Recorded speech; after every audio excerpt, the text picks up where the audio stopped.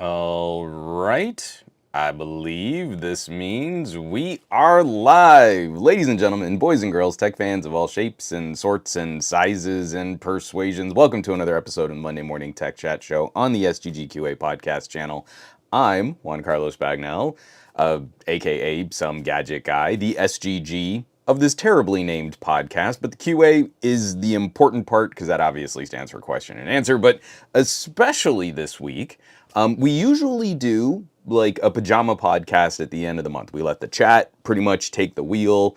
I don't keep the same sort of rigid, I say rigid format, but we know I ramble like crazy with like a news block and a gadget block and gaming and stuff like that. Here, we're going to let the conversation kind of go wherever we want the conversation to go. I have some topics planned that we can kind of kick off some of that conversation, but really here we're just going to spend some time together, hang out with a great group of nerds, just kind of share some holiday and tech holiday conversation, and we just want to keep it nice and chill, nice and relaxed. We need a nice quiet week. This might become the last podcast of the year. I'm not entirely sure. Like what would have been next week's podcast, I have to take. I have to take off for Christmas. I need a day just to like spend time with family. But depending on timing and family events and stuff like that, we might not get in for another podcast until the beginning of next year.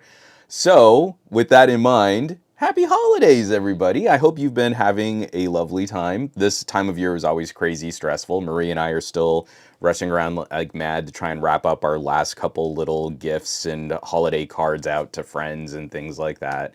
And we just don't want to lose sight of what this time of year is supposed to mean, supposed to be.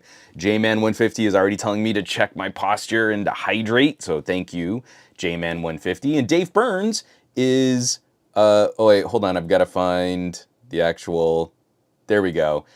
Dave Burns is highlighting derailing the podcast is like half the fun of the live stream. I don't know, I think it's more than half. Dave Burns taking off Christmas. How anti-puritanical of you. Like that, we've got that hustle grind set. You know what I mean? We got that workflow. We're gonna do this. We're gonna work. Except that it's also like a spiritual time of end of year to reflect on, but no, reflection, that's not profitable. So, don't do that. I'm gonna take a sip of coffee here real quick. So, and also JMan150, thank you for telling me to check my posture, because if you've been following the podcast, you might have noticed that the headrest behind my head has changed color from last week, where I had kind of a meltdown. I had a really cheap mesh chair. Dave Burns offered a suggestion on a better chair, and I didn't take it. But his suggestion led me to another suggestion, so it was a one step removed. So Dave, thank you for hitting that up, because it did help me find something I wanted to try. And so it's another mesh office chair, slightly more ergonomic, higher. It raises higher so my feet aren't like at an odd angle. I realized like one of the things that might have been messing up my heel was I was sitting very sort of awkwardly in that other red chair. And also just fresh padding, better lumbar support. And this like can actually kind of support my weight on, how like office chairs can recline. This one kind of supports my weight without me having to lock it in place. The other one is like I couldn't like use the tensioner.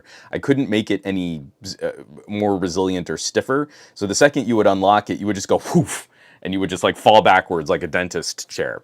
So hopefully my posture is a little better this week, J-Man. Marie got mad at me because she was like, "We could have gotten you an office chair for your Christmas present." And like, that is not a Christmas present. That is a business expense.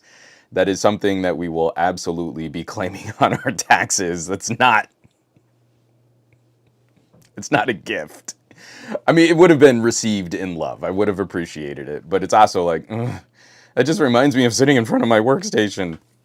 The goal, I have a goal for 2024. By the end of 2024, I think I just need to get rid of a chair in this office in general, like free up some floor space. I have a standing desk that I have not risen in over 2 years.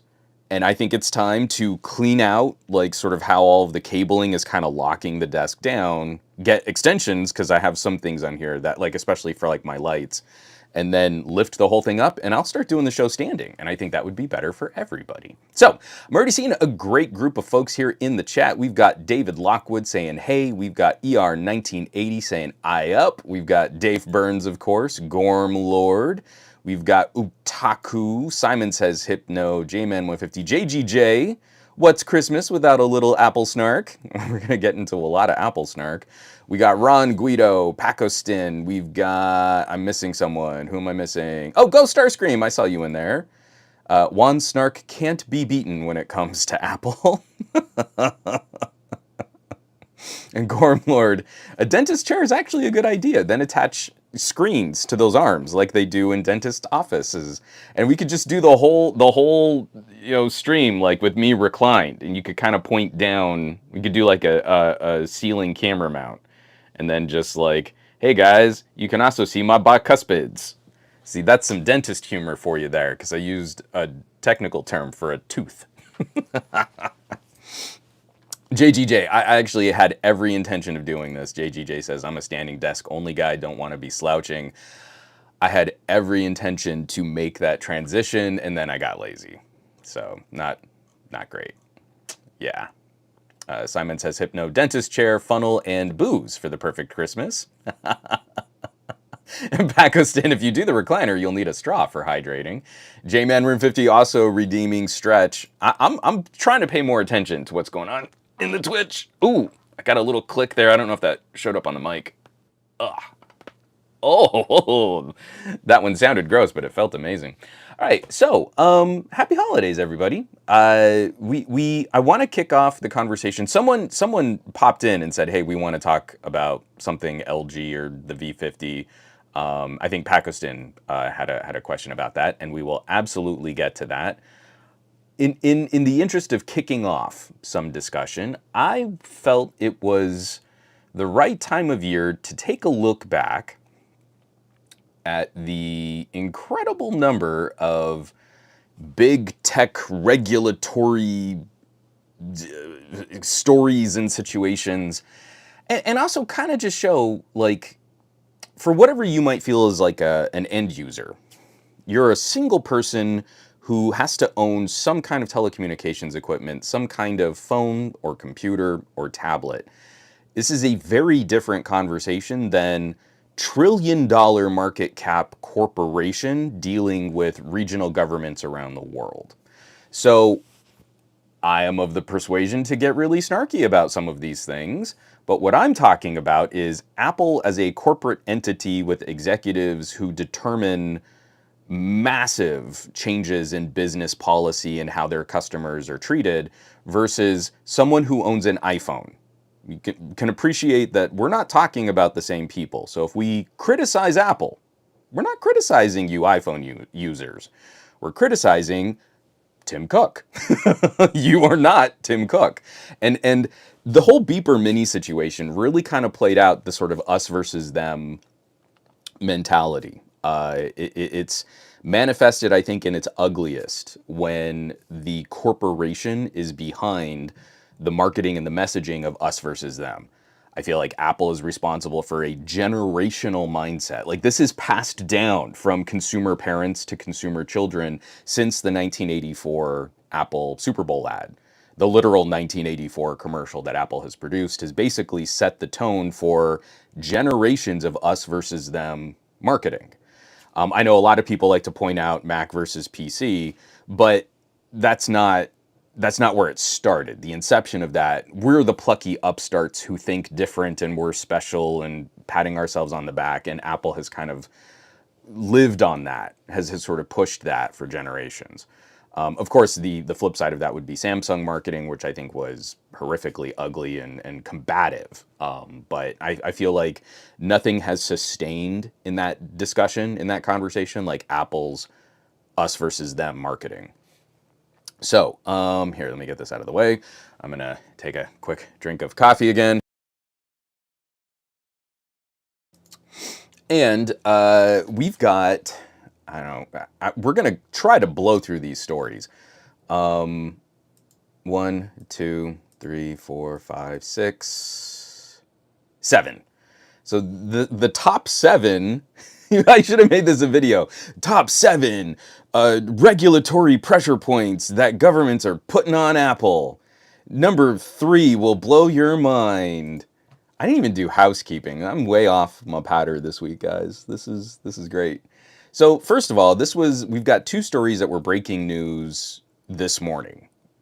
Pretty big deals, and I'm horrifically disappointed in how long these conversations have taken to play out, but we'll take some small victory in that it's something is finally happening.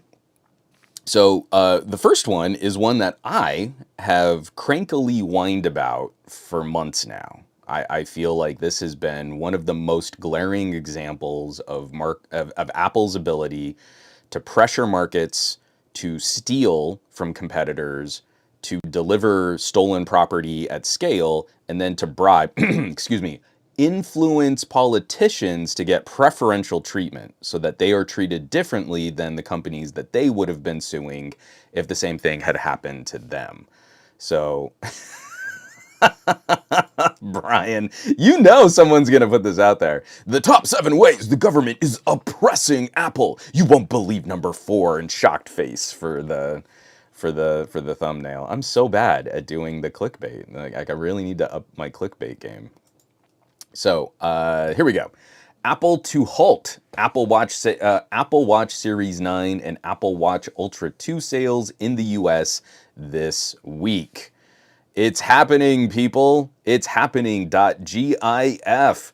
In a statement to 9 to 5 Mac, oh, I'm sorry, this was written up by Chance Miller over at 9 to 5 Mac. In a statement to 9 to 5 Mac, Apple has announced that it will soon halt sales of its flagship Apple Watch models in the United States. Apple Watch Series 9 and Apple Watch Ultra 2 will no longer be available to purchase from Apple starting this week. So this is all coming back. We've been talking about this for a couple months. Just to the quick recap, back in back in January of this year, we saw a court case unfold where Apple was found guilty of stealing a health company's IP. So the blood oxygen sensors that are in Apple Watches, they determined Apple took this IP. So of course, Apple immediately worked out a licensing agreement, fairly compensated the affected developers and the affected engineers, and everybody was happy, everything was copacetic. That's totally not what happened. Apple immediately went scurrying off on appeal and then also started started influencing politicians who could affect change on these types of behaviors. And we talked about that a couple months ago because the ruling continued through October. So Apple has been allowed to sell this technology in their watches for the entire year without any kind of repercussion, without any kind of slap on the wrist, without any kind of acknowledgement that they've stolen another company's IP.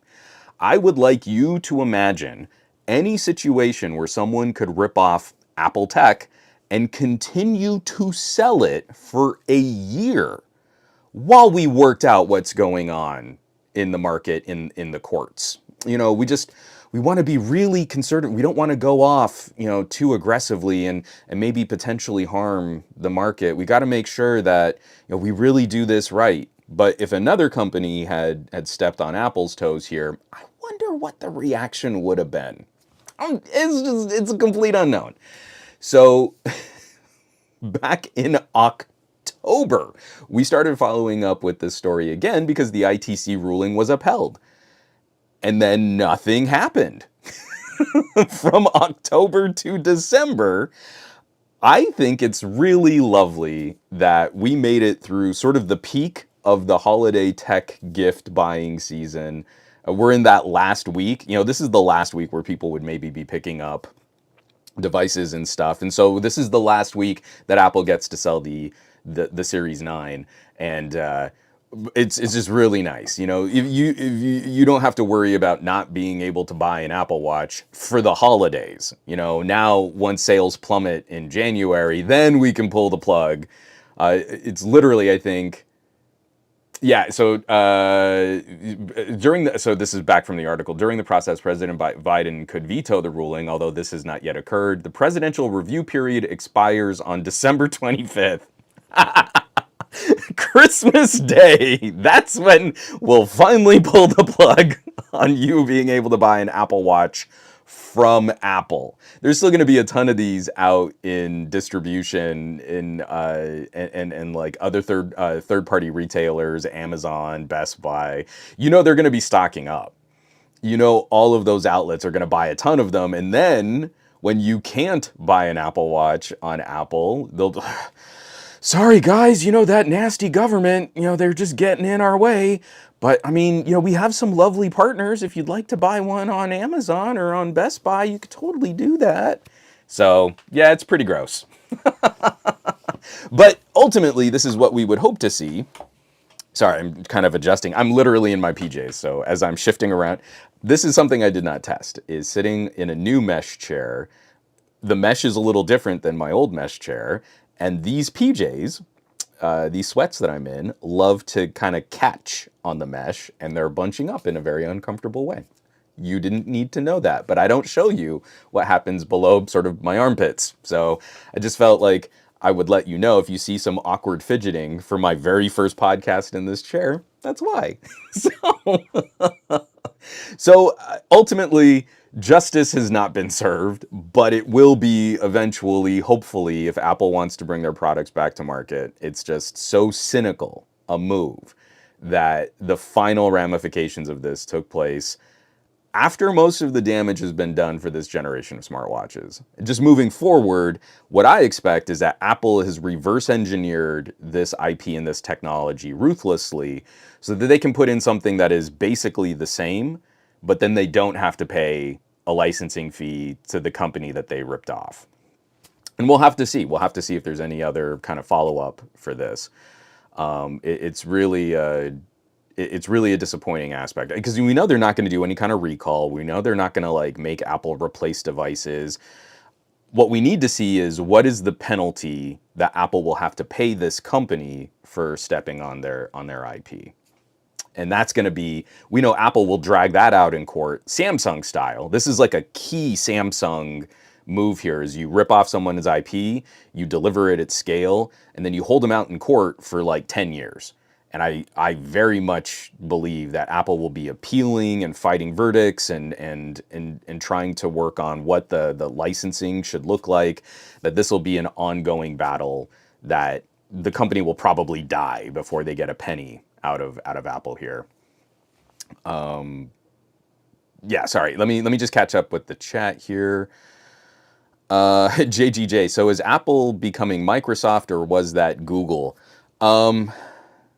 Well, I mean, we just saw the recent Google antitrust decision come down too.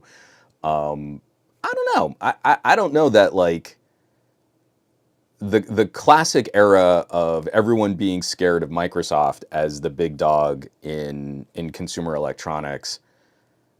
Google and Apple, I think, have both sort of forked into opposite directions of how terrible Microsoft was back in that era. And I think they're both approaching sort of anti-competitive or anti-consumer business practices in different ways. But it's not really a good look either way. I don't think anyone has really replicated because Microsoft got tagged hard enough on things like including a web browser with Windows that now one of the stories we're also going to be checking out is Apple's relationship with the EU and their policy on Safari. So actually, you know what? In some very specific ways, Apple is kind of becoming a little bit more like classic Microsoft. Go Starscream. Is this the end of the Apple Watch? No. They're going to stockpile them, and they're going to continue to sell them. Gormlord, in the US. So they'll continue selling it where they can get away with it. And hopefully that this is something that kind of dovetails with other EU regulations. But the court case that has actually been handed down here was handled in courts here in the United States. So you can't just apply that internationally. That has to be region by region. But with this win in the USA, this company now has a much stronger argument to then say, hey, Apple, we're going to go to the EU next. What are we doing here? Pay us. Like, it's a money thing. Give us the money, and you don't have to worry about any of these shenanigans happening in other regions in the world.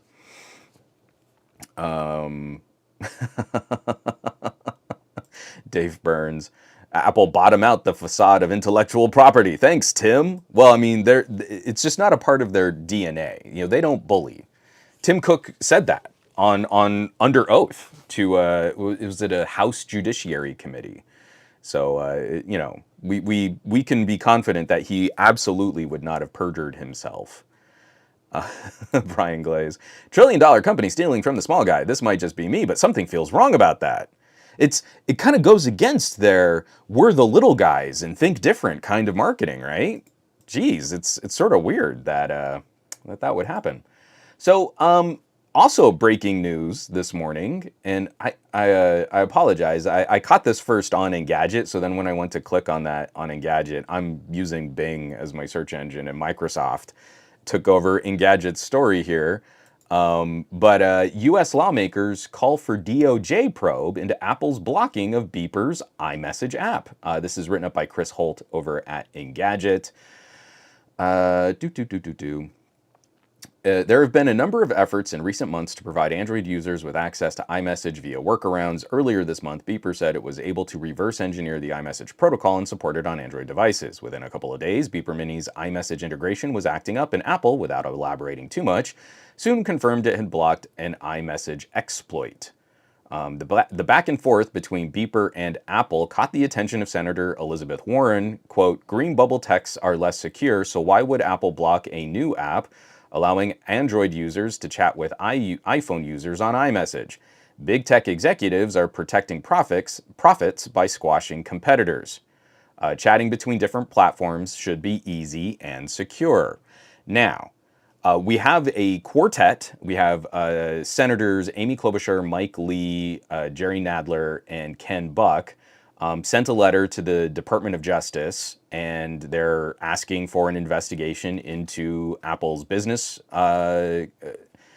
practices to see if they violated any antitrust laws. I don't believe that so if I were looking at this from the perspective of the FTC, I feel Apple has been very clear about what their products do, what they accomplish, what you sign up for in their terms of service. I don't believe the FTC would have any kind of dog in this fight. I don't think they'd be able to tag Apple on any kinds of violations of business practices. This is a very particular kind of conversation that has to play out as we re-examine what it means to be some kind of anti-consumer force in the market. Unfortunately, I do believe from a legal argument standpoint that Tim Cook's assessment of competition will probably hold legal weight. We can't possibly be a monopoly because Android exists. And so from that kind of legal wrangling, you can say there is competition in the market, and Apple isn't doing anything to block people from buying an Android phone. So how could that be a monopoly? So now what we need to do is start looking at what are the other business ramifications. And these are the kinds of court cases that are going to set precedent. These are the new court cases of this 21st century economy that won't entirely rely on precedent set from previous court cases. They've got to cut new paths. They've got to blaze new trails.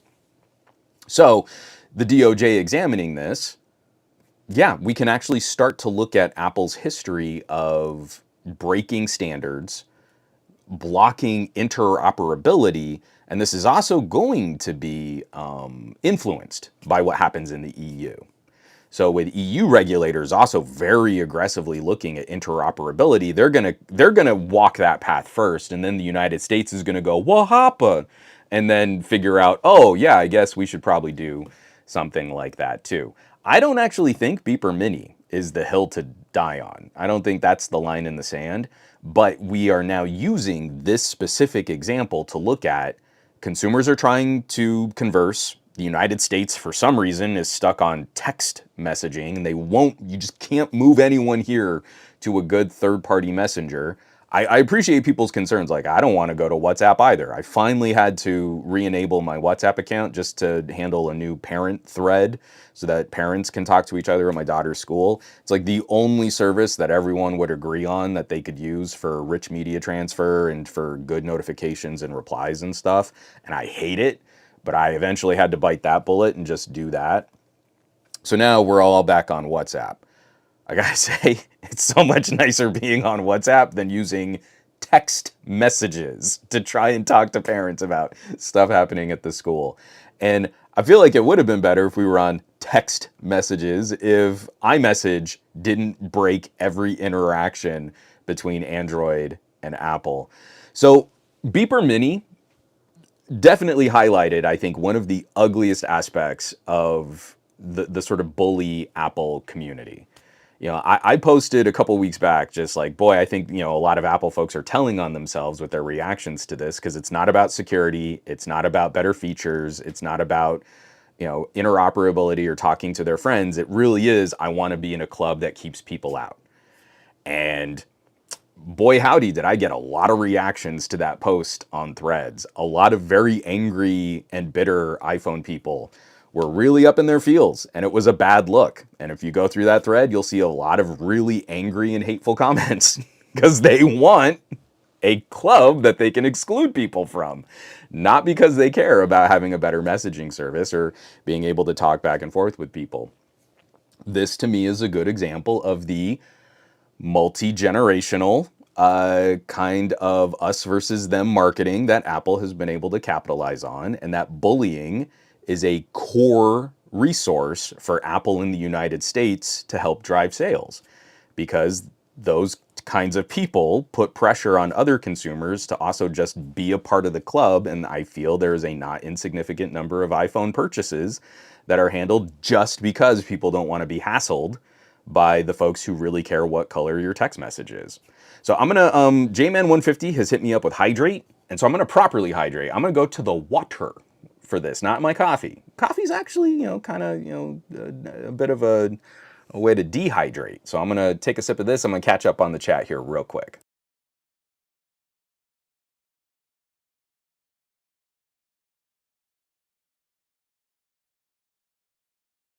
Oh, I miss Scoop said, good morning, all. Good morning, Scoop. Oh, and Michael Corcoran, Microsoft is also totally nerfing their rewards program. I just got another Amazon uh, gift card. Like $5 at a time, but it's $5. JGJ, Mike Lee is a strong conservative. Shocked he joined on this bill. I don't know. You can't always, the whole liberal versus conservative thing is starting to blur a little bit. I know conservatives typically start aiming more of their ire at Google because they believe that liberals are keeping them down and silencing their speech online, even though they can't seem to appreciate the difference between free speech for an actual citizen human being of the United States and a private platform that they themselves have fought to not regulate. But when it comes to stuff like this, all bets are off. I actually don't believe there is a good way to look at just the letter after someone's name, if it's D or if it's R, and predict whether or not they're going to be on board. Regulatory insight on things like messaging, communication, app stores, that kind of policy. You can always look at that and say, like, well, if Apple is silencing these social media communities that are full of hate speech, then we have an interest in trying to blow open or look at the regulations on those kinds of companies. So, I mean, Mike Lee actually stepping across, I don't really feel this is a huge gesture of stepping across the aisle.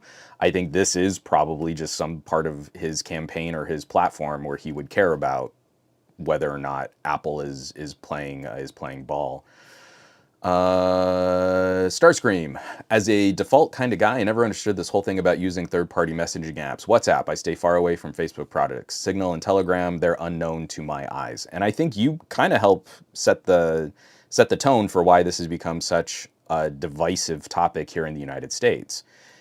There's an apathy. I feel like Google is largely responsible for souring the experience of the third-party messenger. Canada, I think, helped establish a move into a better messaging product with BlackBerry. So we saw BlackBerry messaging servers, low data usage, but it was a data-based messaging service. And it was walled off just for BlackBerry devices for a really, really long time. We eventually saw when they started getting more competition, they opened up BlackBerry Messenger. But really, the whole idea was you bought a BlackBerry with you could message between other BlackBerry users, and you had free texting. Around the world, SMS messaging is crazy expensive, and it's only here in the United States that we subsidized SMS as part of a minutes and texting call packages. It's one of the few aspects where having different carriers on different networks actually did work to the advantage of consumers in that they were forced to compete on other costs for services. But now that's carried through, and when Google started messing up things like deprecating Hangouts and then trying to pitch Allo and Duo, then immediately deprecating those after like a year of them being out there, I think consumers saw like, well, hey, if Google can't get this done, why should I jump on any smaller third-party app or service? But genuinely, once you're all on kind of one singular messaging platform, it's better. You're better able to communicate. So what I'm hoping is that RCS becomes something of a fallback. It's going to be the worst flavor of messaging, but if I'm on WhatsApp and someone else is on Signal, and I can use RCS as a backbone bridge between those for interoperability, then yeah, maybe I don't get all of the fun perks, but then I have a better way of just talking to anyone no matter where they are. And that's what I hope is also going to be happening with iMessage and with all these other things. We know there's kind of a general apathy here, especially in the United States. You get the phone, you use the messaging app that's on the phone, and then you just get on with your day. That needs to change. That is kind of contributing now to this sort of warring clash, and it's one of the reasons why we see, anyone under the age of 20, they're wanting to buy iPhones to the tune of like 90%, right? Android is basically dead. It's coasting here in the United States, but it's going to be an entire generation or two entire generations of consumers that are overwhelmingly wanting to buy Apple products, not through any kind of technical meritocracy, not because they're the bestest in any given performance aspect or in any kind of general consideration. It's simply this kind of social conditioning and what they've learned from their parents and the marketing of looking cool. So, especially for folks out there who are struggling in the dating arena, this is also another one of those red flags, like he's a 10 but he has an Android is like a running gag. What would you do? Do you still date him? No, he has an Android. So, yeah, I'm very low confidence that Android can kind of recover in the United States in the next couple of years. In fact, what I see is probably a continued decline, a slow bleeding, but a continued decline of people using, especially premium Android devices. So I got to take a quick pause right here. So unfortunately, I had an emergency repair on my workstation. I had to rip out a power supply. And let me tell you, that's like one of the grossest repairs for a system like mine because I don't dust it out as often as I should. So my office was pretty rough. One Mr. Andrew Wallace has been kind enough to gift a tier 1 sub to Otaku. In setting up this morning's stream, for some reason, changing a power supply changed all of like my streaming settings. I don't know how. I don't know why this has occurred, but my Stream Deck could not get working. I can't get it fed back into the audio chain that I had, and I had numerous issues getting my mic set up. So I'm gonna try just playing it off on speakers. But Andrew, thank you so much for supporting production on this stream, and let's see if anyone can even hear this as I play this way too loud for my own office. Fanfare of Glory, courtesy of one Mr. Barry Johnson, who sent me this Stream Deck, and I will fix how it's routed so that I can actually play. I can actually play the audio in stream. I'm real good at doing the Twitch. So the Beeper Mini situation is one where I'm exhausted talking about it. I feel like I've said my piece. It is a terrible psychological hook. Apple designed iMessage to be a pain point for families. It is a continuing and ongoing social experiment just for Apple's profitability that makes everybody miserable. This isn't an Apple versus Android thing at this point. Or excuse me, it's not an iPhone user versus Android user thing at this point. It is designed so that iPhone owners will be dissatisfied with the product that they spent a lot of money on from Apple, but instead of criticizing Apple, they attack their Android using family and friends. And I can't really think of an uglier social experiment. I take that back. I can think of uglier social experiments, but they're like those terrible stories you hear when like a college sociology class or psychology class says, hey, let's recreate fascism in the classroom. And then students are terrible to each other. And it only takes like 3 days for like fascist ideology to completely win out as soon as you create a winner and loser kind of society in the classroom. I can't remember the last like aspect of that having been played out, but it's a common trope. There was a movie, The Wave. I think it was a German film where they're like, hey, we just want to explore like the ideology of fascism. So we're going to create an in-group and an out-group. And then, of course, like kids die. And you're like, whoa, that's really quick. So that would be uglier. iMessage is less ugly than that, but it's on sort of the same path. It's like at the beginning of the path. It's not at like the end of the path. But you create in-group, out-group. You're a $1 trillion company. You're going to make a ton of money. Samsung tried so desperately to make in-group, out-group for Galaxy phones, and they were not as successful as Apple. So moving on. The rest of these I want to hit just a little bit quicker because they've kind of been playing out over the last couple weeks. Fat Produce. Service guarantees citizenship. Would you like to know more? So let me go into screen share, and then we can just kind of blow through a few of these here. This one's coming by way of Computer World, written up by Johnny Evans. UK regulators to investigate Apple after it loses appeal. The UK Competition and Markets Authority began investigating both companies. Oh, I'm sorry. I'm trying to get over just when they repeat the headline in the article. Looking at Apple and Google's dominance of the markets for mobile browsers and cloud gaming. They started investigating both companies last year. Part of the probe looked at how Apple might be restricting the cloud gaming market by restricting such spaces on its App Store.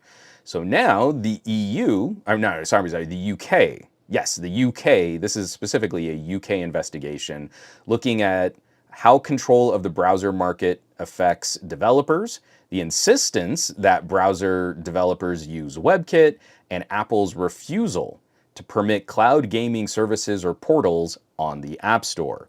So this is a nice little wedge issue where we could create another app market based on streaming, web streaming services. So not only for gaming, but we could also look at, hey, like it's Microsoft 365 and then there's like Windows 365.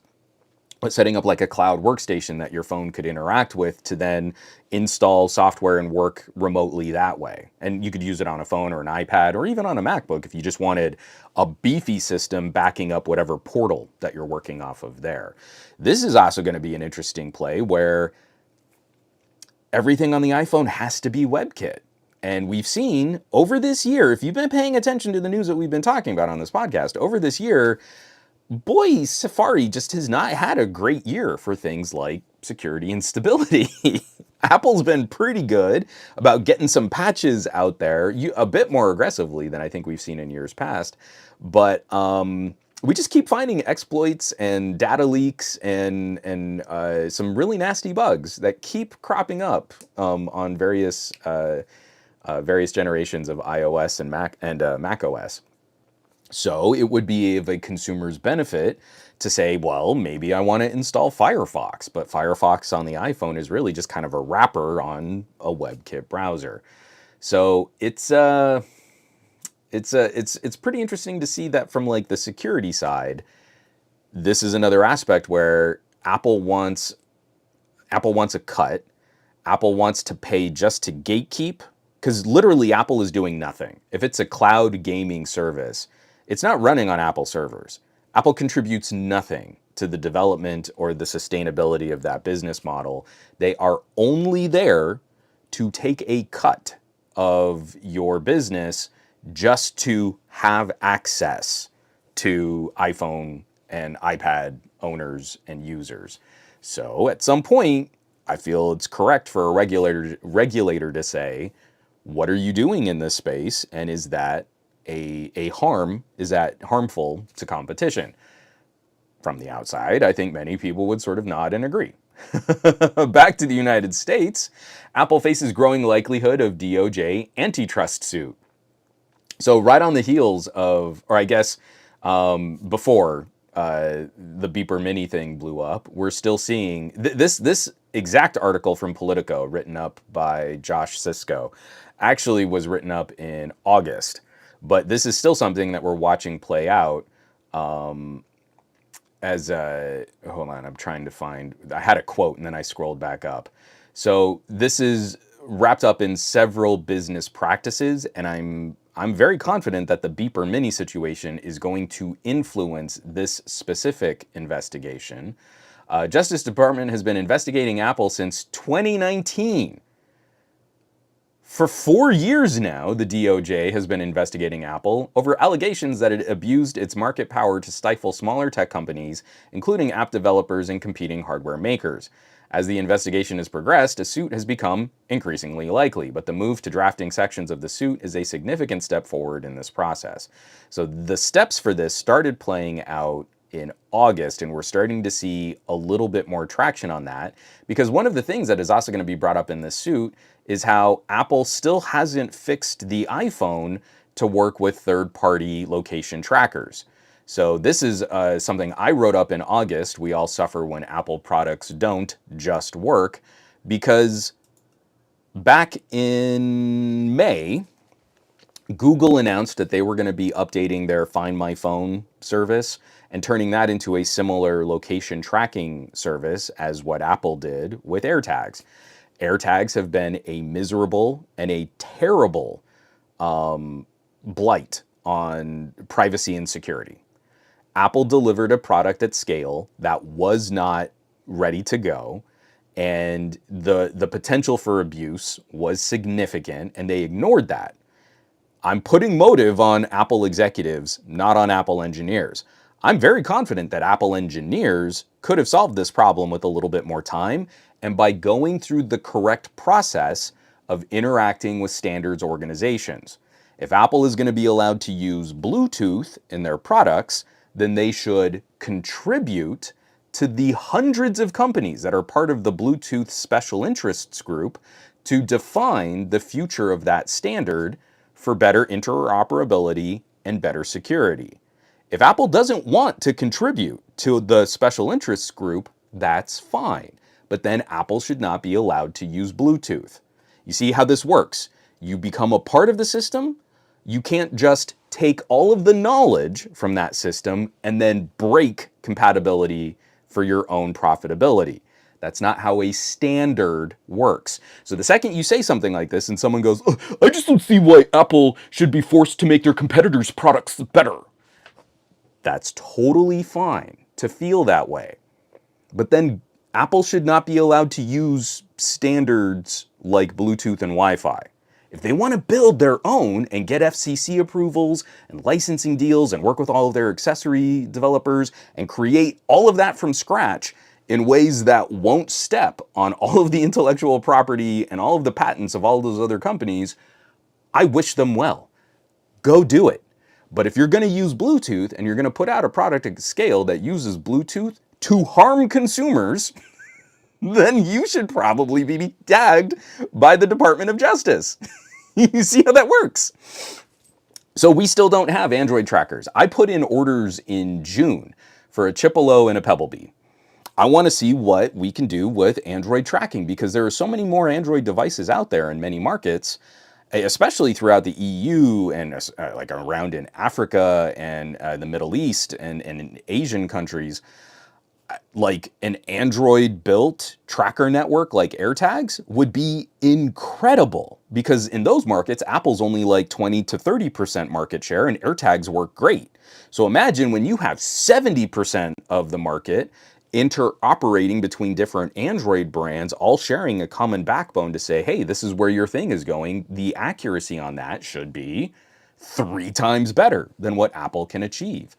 But of course, if Google had just done what Apple did, without any care or concern for iPhone users, Google would rightly have been tagged for creating a security nightmare. We would have seen headlines across all news and tech publications. It would have been on like local morning news on your television on like Channel 5, whatever your local like CBS affiliate or local news channel would be. Correctly, everyone would be freaking out that Google created this security nightmare. But we didn't get a ton of that with Apple, and Apple has been allowed to continue selling AirTags because Google fixed part of the issue with AirTags for Android users. Apple didn't fix it. Google had to fix it. So now, for Google's tracker network to work, we have to wait for Apple to do that too. So I filed a complaint with the FTC. I would recommend everyone else do too. Not that it needed to be fixed immediately. There has been no disclosure of a timeline. So all of these companies and all of these products and all of these accessories and all of us Android users are on hold until Apple eventually gets around to updating the iPhone. It's just real hard. You know, Apple engineers can't figure out how to add a little Bluetooth trigger that notifies an iPhone user when a Bluetooth tracker is in their proximity. It's really tough, guys. You know, Google did it in a month, but it's just real tough. I just don't know when we'll get around to it. So you just keep on waiting, and they're still allowed to sell AirTags. They're the de facto tracker standard because they're the ones holding up their competition. So 4 years, the Department of Justice has been investigating Apple business practices, and we're kind of getting into gear for filing some grievances. And you're like, great, that's great. The wheels of justice be turning, folks.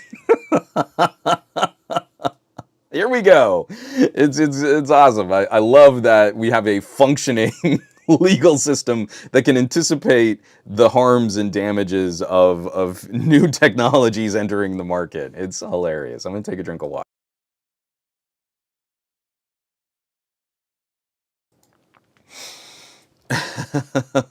Yeah, Gormlord. So they're the sovereign citizens of tech. But Juan, I like when my parasocial friend Tim Apple, who represents me, the little guy, gets a multi-billion-dollar bonus. He's gonna make his bonuses this year, even with kind of an odd year for you know, for this situation. So Kyoturis, I'm so sorry. I always do that to your name. I suck so bad. Kyoterusanti. A product like AirTag can be a double-edged sword. How do you stop ill intent without letting a thief know they're being tracked, I guess? Without letting a thief, I think you mean without letting a thief know is being tracked. The purpose of a product is to notify the owner of the product's location. That could be through simple misplacing or losing the product, or it could be that someone stole the product. In the way that Bluetooth currently operates. This is fascinating stuff, and I really wish more people, like in this chat right now, I've got geeks that would maybe be interested in this, but go to the Bluetooth special interest group and look at some of the individual modules of Bluetooth. Apple could have contributed to the spec for Bluetooth 5.3 and Bluetooth 5.4 to really make this work, but what Apple is using, as far as I can untangle, is a part of like a warehouse tracking. So we can track product in a warehouse using these short-range radio communication features. You've also noticed really high-dollar, high-value products like on FedEx are now starting to ship with these like tags attached to them, so that you can kind of keep track of what. So your costs are higher as a consumer when you ship on FedEx, but one of the services that they can provide is much more accurate location tracking for where your package is. So these types of things have manifested in the space before. So Apple is piggybacking on something that isn't quite what they're selling in the AirTag, and then they're using some special Apple sauce to kind of round out the edges and make it a more consumer-facing product. I don't believe there is a way to make it more secure for the consumers who are using these products in good faith without notifying a thief that the product is being tracked or that they are being followed. But that's not our concern. Our concern is, can the owner locate the product? They lost it or it was stolen. That kind of doesn't matter. The whole purpose of that location tag, that location tracker, is where did the thing go? Where did it end up? And to me, that would be an additional level of deterrence against people stealing things. Someone steals your laptop bag and you've got an Android Chipolo or an Android Pebblebee tracker. That tracker has to emit a signal that the thief's phone is going to say, hey, by the way, there's something tracking you. And I believe the thief would probably correctly assess that, oh, it's the stuff that I just stole, and I'm actively being watched right now. And now people know where this thing is. You can take the time to try and dig through this laptop bag to find what the tracker might be, and it could look like anything. You might go starting to look for, you might be looking for like an AirTag, but we all know that in other tracker land, I've got this is old, all the batteries are dead in them. It could look like something like a credit card. So you just have a black card sort of slipped somewhere in your laptop bag. They might not be able to find this. It could look like some kind of keychain, like a tile. So you have like a tile tracker.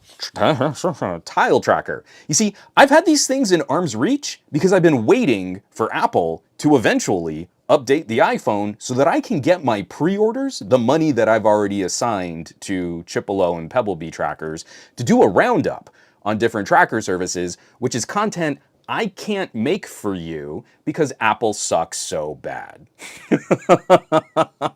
Because Apple is engaged in anti-consumer and anti-competitive business practices that harm the market to their financial benefit, which should be the F illegal. So I'm sorry, Kyoto Sarasanti. I'm not coming down hard on your question. I am aggravated because of the situation with Apple. But to me, the whole point of having this tracker, or being able to build this tracker hardware into a pair of earbuds. We're starting to see, a couple people are licensing my e-bike videos. Those e-bikes, the newer models have the capability to communicate with Apple's Find My network. That is a positive step. The technology is cool. I just want the technology to be more fairly distributed across different platforms so that everybody has a chance to use this kind of stuff. But if someone steals one of my bikes, I didn't even need to do anything. I didn't need to add an AirTag. It is a rolling AirTag.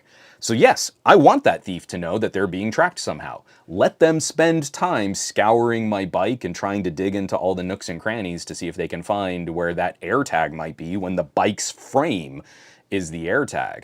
It gives me the opportunity to potentially catch them or find them or figure out what's going on. So, whether or not we let the thief know they're being tracked, I actually think it's kind of a benefit to let them see that they're being tracked. And then I think people would be less inclined to just try and rip off product from people. You know, I love when people are like, oh, they stole this phone and then they saw it was an Android phone and they gave it back to them. iOS devices are pretty easy to lock down remote. It's kind of a stupid thing to steal. You have to hope that the person you're stealing from, I mean, I'm sure it works out enough that they still steal iPhones and iPads and stuff, but you just have to hope that they're dumb enough to never have set up any security on their iPhone or iPad. I don't think that's a great business model for a thief. I think you'd probably want something different there.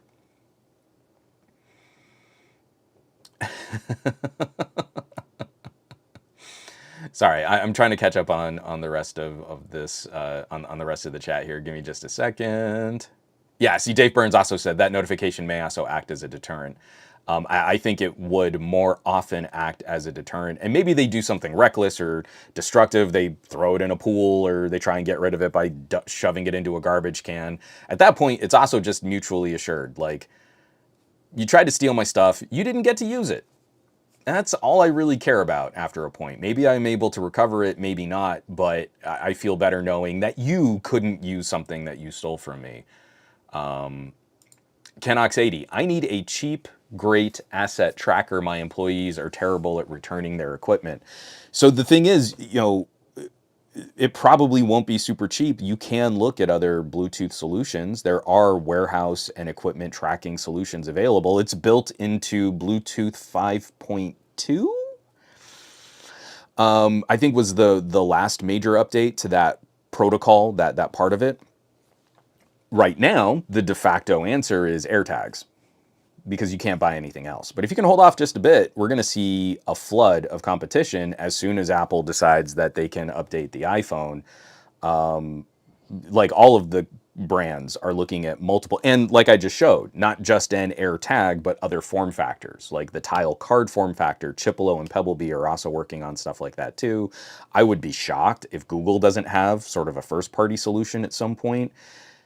I would hold off a bit because I actually think that the Android version of this is going to be more robust, have more devices participating, is going to be much more easily incorporated into other accessories technologies. Like, when this happens, Qualcomm is going to have a huge interest in the next generation of earbuds and earbud cases. So part of, like, the Bluetooth stack and the little chips that they use in your earbuds will also contribute to these networks significantly more aggressively than what Apple can do, because Apple is turning this into a licensing point. I don't think Google is going to aggressively squeeze their partners for money to be a part of this tracking network. Instead, they're going to reach out to, like, Qualcomm and say, hey, make a Bluetooth chip, and then any pair of headphones will also be a part of this network so that you can see where you lost your earbuds. And then they're just going to run for it. So if you can hold off on making a purchase until this really does launch at scale, I think the longer term outlook, I think the Android side of this is probably going to be the better buy, which is why Apple is digging in their heels and preventing competition from happening.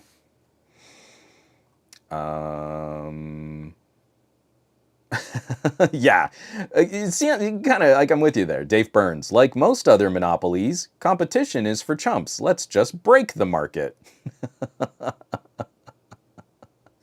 JGJ, I think this rant warrants a separate video. I know you got the article, but some viewers are visual. Actually, my article is out of date. I need to update that too. I'm honestly just waiting to see if Apple makes their deadline. Google put out a press release saying, hey, we're going to hold off on our network until Apple updates the iPhone to better protect iOS users. And we expect that to happen before the end of the year. So Apple's got 12 days. The 12 days of waiting for Apple to update the iPhone.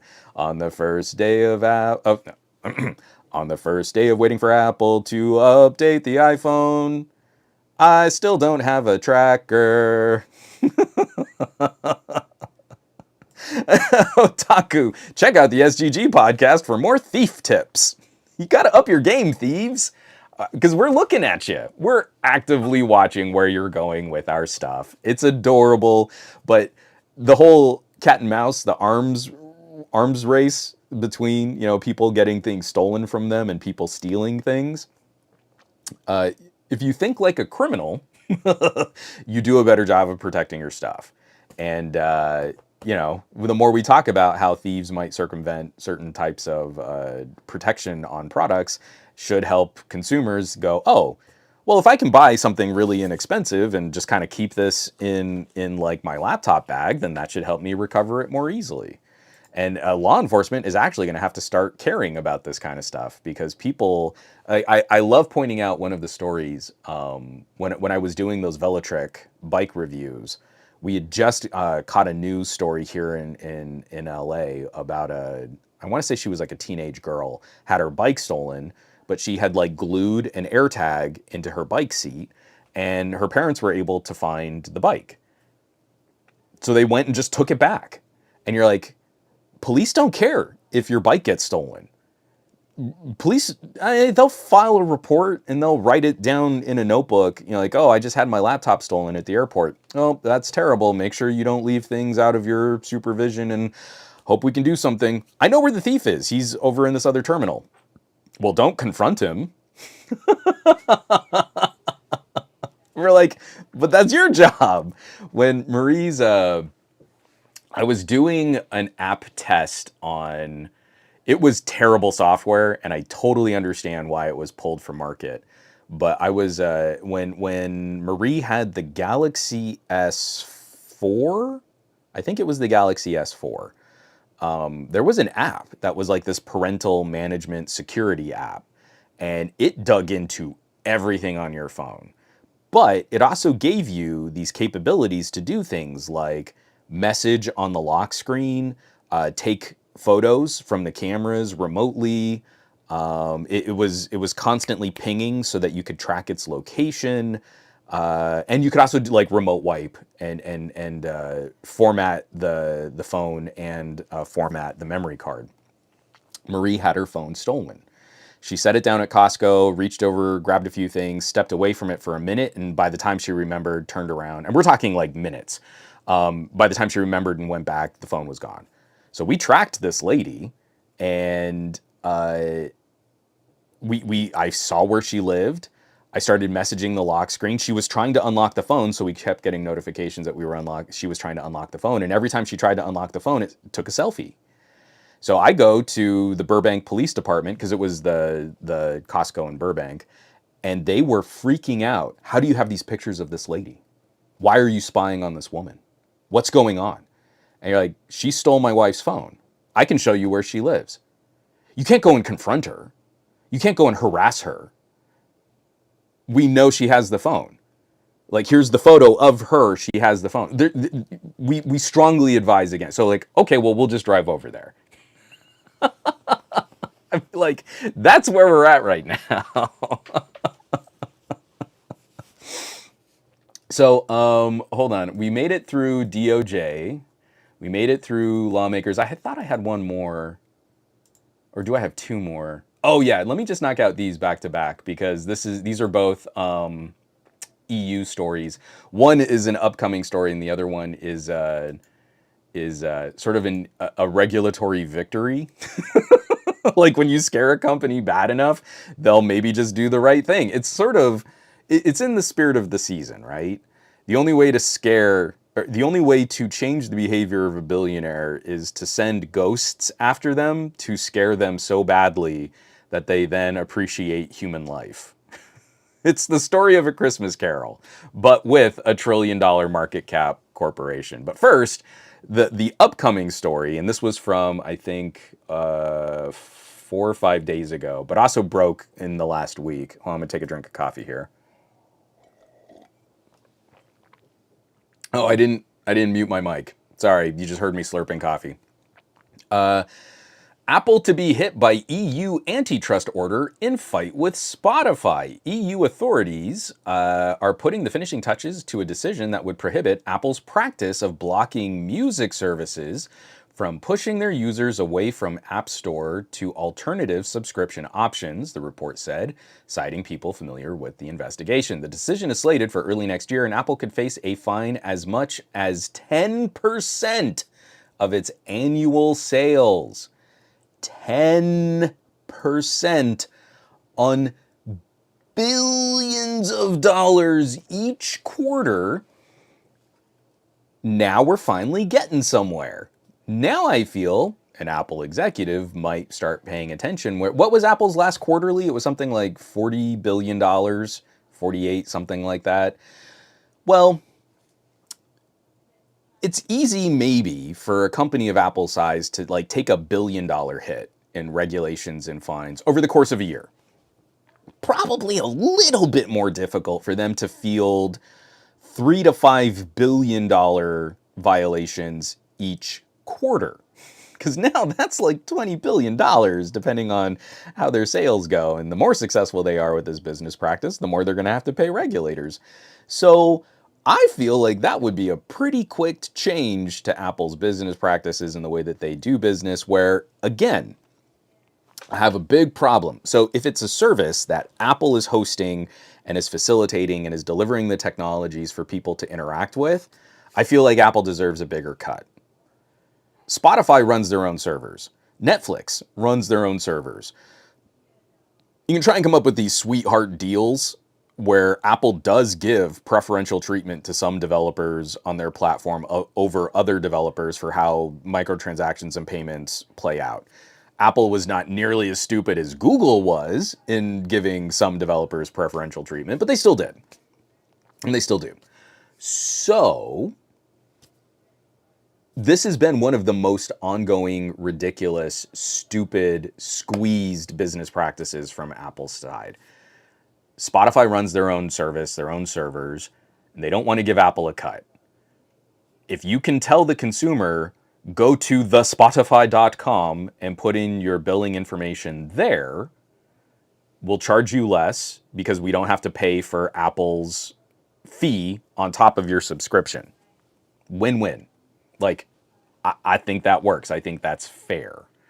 And Apple has been trying to block the ability to do this easily or seamlessly on device. And so again, I'm not a big fan of using like the whole like everything needs to be frictionless. But again, we've got that kind of apathy of people are actively being charged more for some of these services just because they're sort of lazy. They just go directly through the portal on their iPhones, and then Apple is able to take kind of a bigger cut of products and services that have nothing to do with that. I am no fan of Facebook, but at the very beginning of the pandemic, Meta, before they were Meta, the whole Facebook platform, they stopped charging fees on charitable donations. So you could set up some kind of charity and you could ask for donations, and Facebook was just facilitating the transfer of funds. They weren't taking money out of that. So then they started getting hit with all of these like really angry people about how much money their donations, how big a cut Facebook was taking out of the donations. And it turns out those were people who were donating through their iPhones, and Apple was taking a cut. So Facebook started putting language in saying like, hey, we're not the ones doing this. When you donate through an iPhone, Apple takes 30%. And Apple threatened to pull all their apps for that disclosure. So again, I'm angry at Apple. One, that's a terrible business practice. That's really scummy so that they can manage their profitability at a time where we were just heading into the worst aspects of a global pandemic and shutdown and people were really hurting, but Apple needed to get their cut. And I'm also angry because Apple is making me defend Facebook. How dare you? So this is another one that the EU is saying like, hey, that's pretty messed up. If you can't offer alternative payments and services and stuff, then it seems like you're running a kind of anti-competitive, anti-consumer style situation. And in part of all of this where Apple is trying to head off future issues and future regulatory concerns, the victory is Apple getting ahead of one of these by opening up Apple Pay. This is written up by Johnny Evans over at Computer World. Hot on the heels of Epic's big App Store win against Google, Apple is now reportedly offering to open up Apple Pay's NFC tech to mobile payment rivals. This is another thing where Apple, they took the platform for NFC. They cut out everything in NFC except for what they wanted to be able to lock their users on. And then they've prevented anyone else from using the NFC on iPhones. Per my previous rant, I have a problem with that. NFC tech is this really helpful, useful, short-range trigger type of technology that can be really fun and it can be really helpful. So if Apple wants to have a short-range tap to share some kind of information, they either need to support the standard and contribute to the standard, or they need to make their own and convince all of the retailers to use some kind of alternative shortwave radio tech. Thankfully, in seeing how other companies are starting to lose some of these fights in the international stage, this is a long time coming. If I want to go and tap and pay with my PayPal account, I should have the same access to the NFC radio. Like this isn't like tough. This isn't hard. This is pretty open, like it should be pretty easy to kind of grok and figure out like, oh no, actually, that sucks. You should be able to do more. I had another sort of parent interaction after my daughter had a field trip last week. And again, I took a couple photos and I'm talking to the iPhone owners in the circle of family and like, there is no way for me to send you this photo. We had a holiday party. My wife's office had a holiday party and I took some really awesome night sight photos. One of the iPhone owners that is in our circle of friends through my wife's work is an amazing photographer. She's a Nikon shooter. This woman has an eye and she is really good. She's got an iPhone 14 Pro Max. She's walking around this holiday party, super dimly lit, just lots of ambient like Christmas lights and Hanukkah arrangements and stuff like that. She's walking around with an LED panel to get photos from her iPhone because it's that dark. I took a photo of her and her family with the Pixel 8 Pro. Came out really well. Came out a little noisy, a little grainy, but like the combination of night sight with a little face on blur, amazing. And it's ambient lit, it's nice and warm and kind of crunchy, and it's just like a really good emotional moment of that holiday party. Had to email it to her. There was no way for me to send her that photo because she has an iPhone. And gleefully, this is like one of Marie's like bosses. And gleefully, I'm like, I just wish I could. Your phone's kind of broken though. And her son was like, well, yeah, but that's why you just need to have an iPhone. And then I'm like, but then I wouldn't have the camera, would I, champ? She's walking around with an LED panel. Okay, sorry. I'm taking a little too much Schadenfreude glee over this. This is what I'm talking about. The Ebenezer Scrooge that is Apple Incorporated. The company that funnels money into offshore accounts is technically a business located in Ireland to avoid tax payments and to get preferential treatment. The company that rips off other smaller companies' IP to sell it at scale and then lobbies politicians for months to try and squeeze the complaining company out of existence. The company that is responsible for the psychological disparity between blue bubbles and green bubbles. The company that is preventing cloud gaming from reaching any kind of scale on iOS devices. And the company that breaks standards to prevent competition. Seems like they're finally starting to get some regulatory guidance on their business practices. We need the three ghosts of Christmas past, Christmas present, and Christmas future to pay all of Apple's board members and all of Apple's shareholders a holiday visit. So that maybe in the future we can look at better practices that actually I think in the long run could help contribute to Apple's profitability by making these things a bigger part of the conversation in the same way that Steve Jobs regularly would take the stage and talk about standards. You see, when Apple contributes to a standard, they get to drive the future of that standard. If Apple had made the AirTag a broader product, instead of only looking at supporting the people who owned the newest iPhones, they would have been able to dictate the future of Bluetooth 5.3 and 5.4. If Apple contributed to standards, they could have driven the future of NFC. But and also similarly, very similarly, if Apple actually looked at safeguarding their users' messaging and they had gotten on board RCS, they would have been largely responsible for dictating the future of communication in North America, and that would have had far-reaching impact across the rest of the world. They could have said, this is what we want in RCS 10 years ago. And then they would have been the ones to benefit from it the most. But we would have had an open standard that everyone else could have contributed to. It just would have been a preferential treatment for Apple being one of the biggest players in this space. All of this manipulation from Apple reeks of that short-term profitability. Quarter by quarter, we want to see line go up.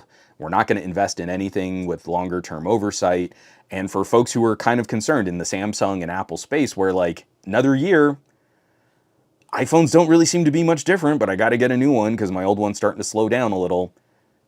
That's a chore. That's not someone who's excited to buy the new iPhone. That's someone who's acquiescing because it's kind of what they have now, so they should just probably get the same thing they have, but they need a newer one. That's the death of the consumer electronics market. People don't look at this stuff like we do.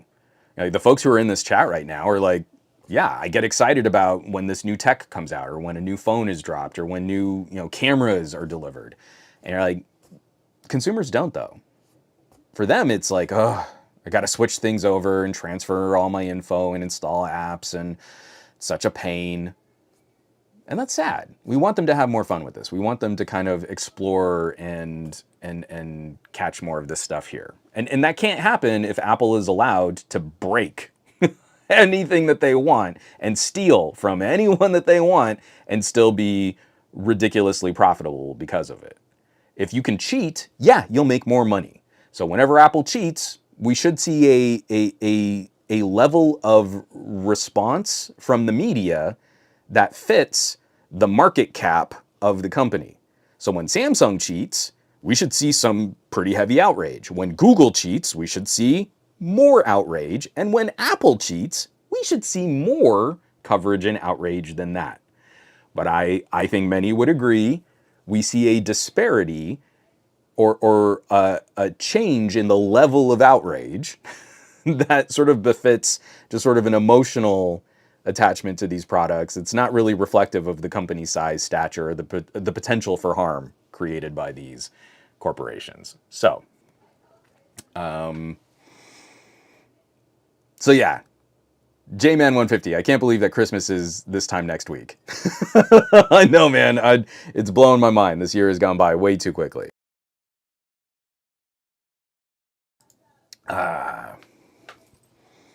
Ghost Starscream. The more and more terrible things I hear about Apple, the more it makes me feel good about not supporting them. So I feel like if we actually reported on this stuff and we actually kind of examined the ramifications of these things, if people cared about voting with their wallet, this would be some of the data we could use to say like, yeah, you're probably going to go and buy another iPhone, but maybe instead just try and run your iPhone a little longer. All the success that I've had telling people, like, just get yourself a battery replacement. Your iPhone's 3 years old. You're not doing anything new on your iPhone. You're not really, like, I had a mom at one of my daughter's soccer practices, and she needs to buy a new phone. I want to say she's on an iPhone 11 Pro. I might have that wrong. No. Yeah, it was an iPhone 11, I think. Anyway, doesn't matter. And she's like, oh, I was going to say it. And you're like, but are you wanting to do these new things? Like, if you go and buy an iPhone 15 Pro, are you wanting to shoot more video or take more photos? And she was like, well, I mean, the cameras are better, though. And I said, well, like, what was the last photo you took on your iPhone? It was like 2 months ago. This woman does not use her camera. She had like a couple dozen photos for having used on the phone. I don't know what she might have backed up or removed, but like, that's not going to change. You're not a photographer. Buying an iPhone 15 Pro isn't going to magically like turn you into some kind of cinematographer. You could go to the Genius Bar and just ask them to swap the battery, probably be under $100, and your phone's going to run like brand new again. But I'm almost positive that this holiday season she's going to grab herself an iPhone 15 Pro. Like, okay, I tried.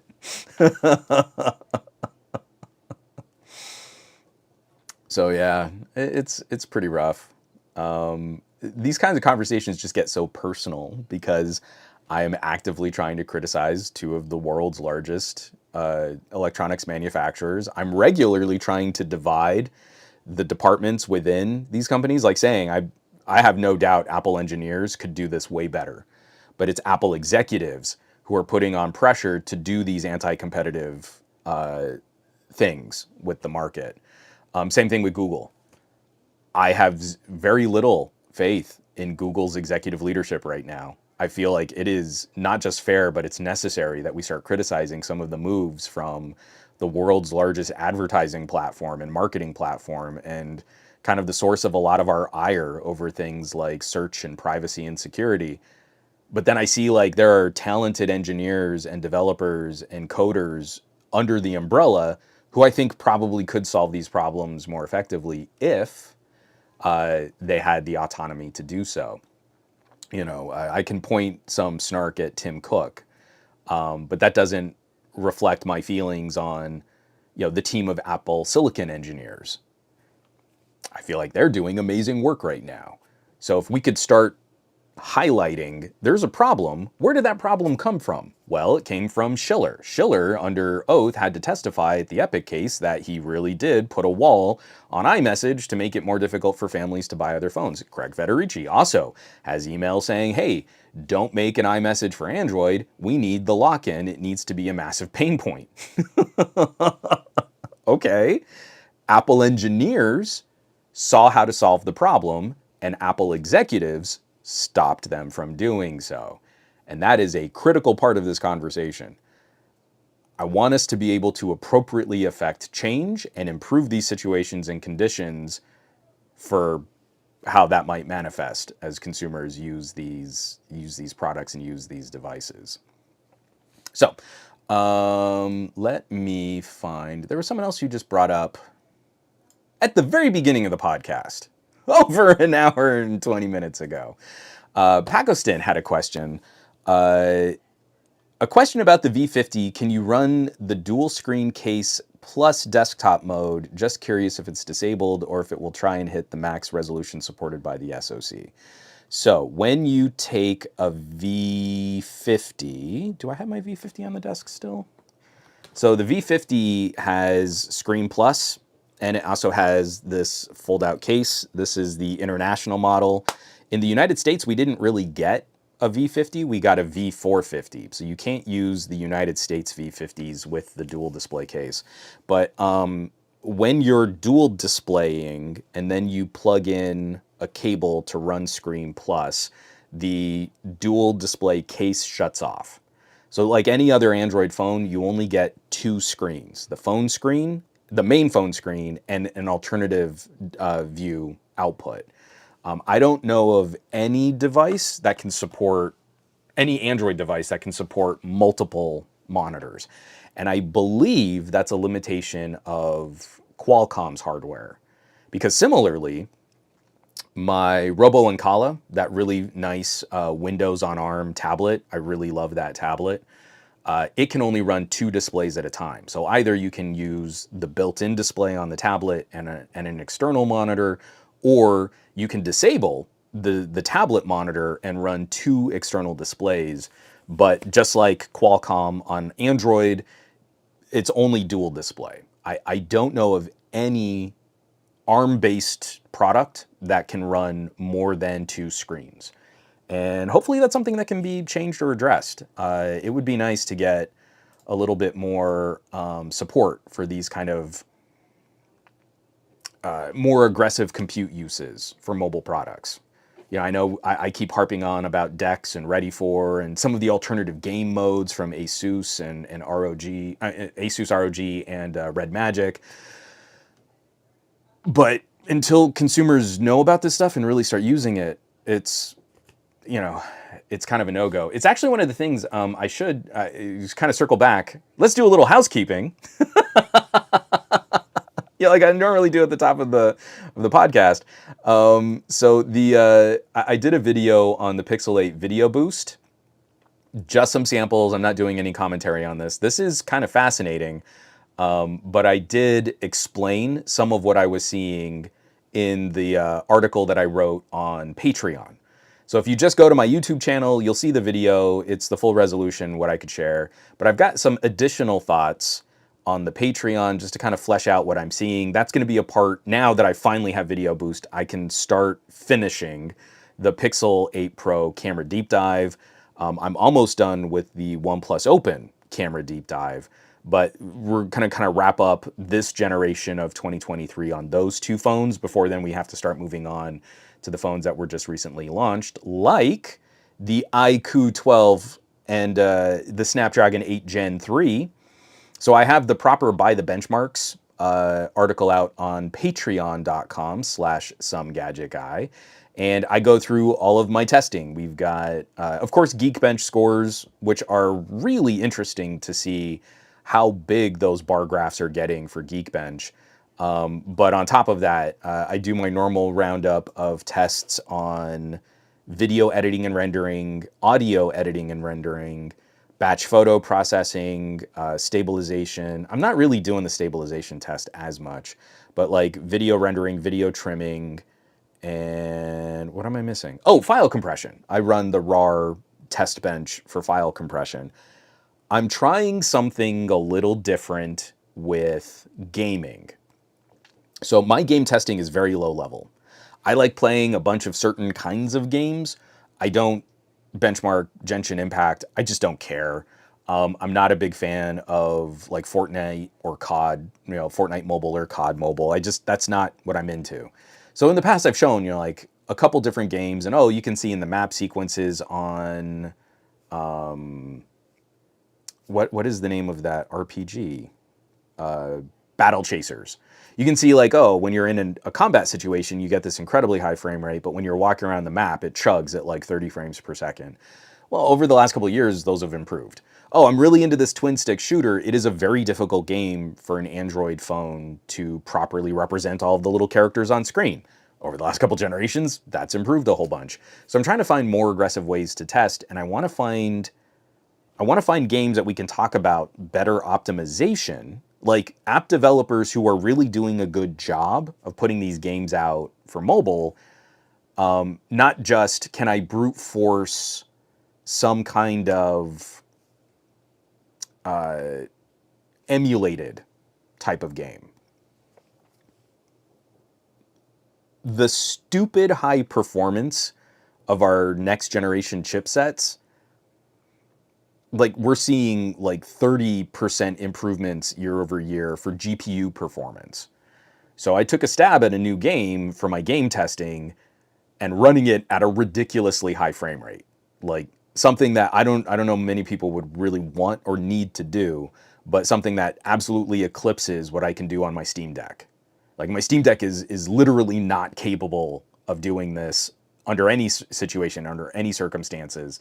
And I just did it on the iQOO 12. I just did this on the Snapdragon 8 Gen 3.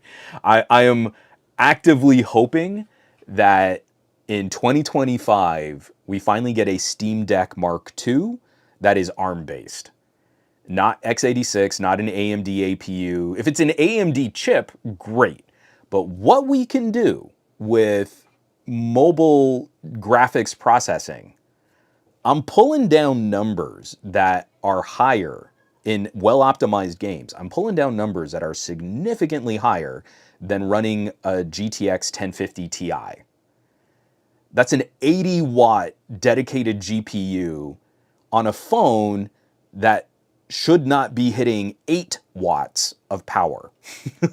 1/10 of the battery draw for similar to higher performance on games that are well optimized for Android devices.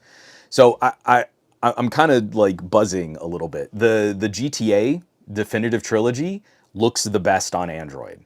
Now, that's a very low bar, because the GTA Definitive Trilogy looks kind of garbage when you play it on PC, but it looks somehow better when you get it from Netflix. Hades is going to be going to Netflix.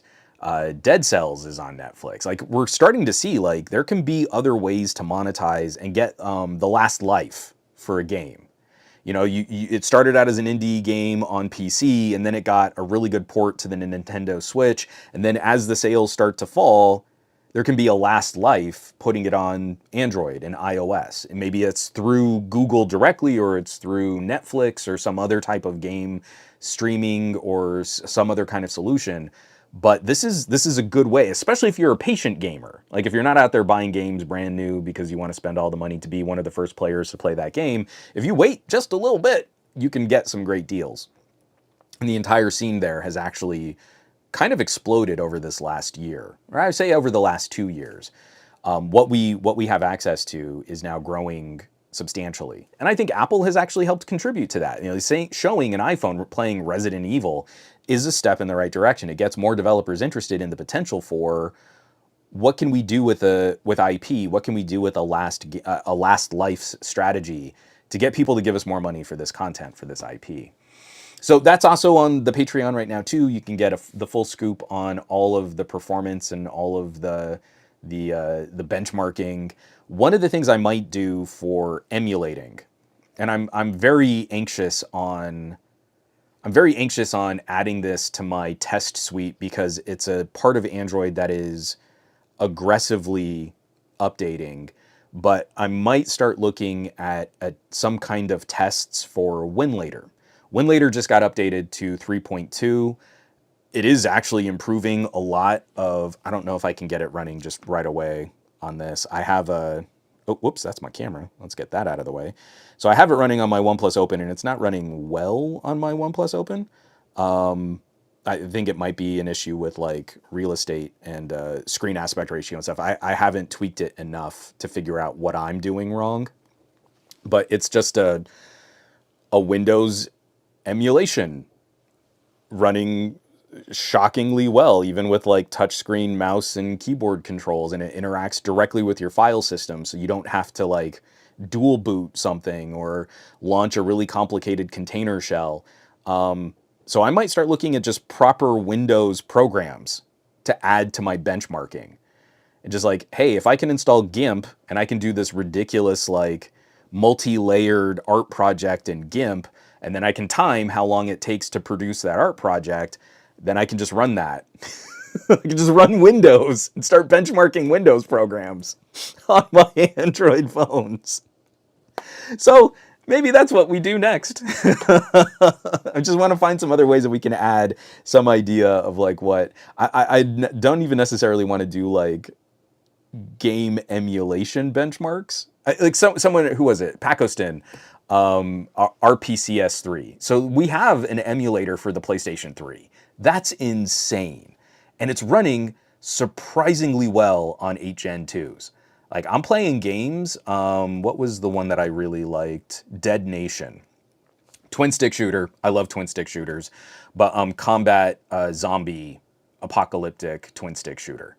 And that game, I love that game. I'm not going to haul my PS3 out of storage just to replay that game.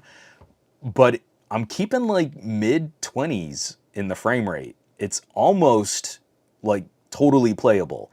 It's just when you get a ton of enemies on screen, and there are these certain zombies that kind of call little minion, and once they start swarming, your frame rate crashes to like 10. It becomes a slideshow, and that's where you need your most aggressive like twitch, you know, like being able to respond and kill all those zombies. But on an 8 Gen 3, it's getting better.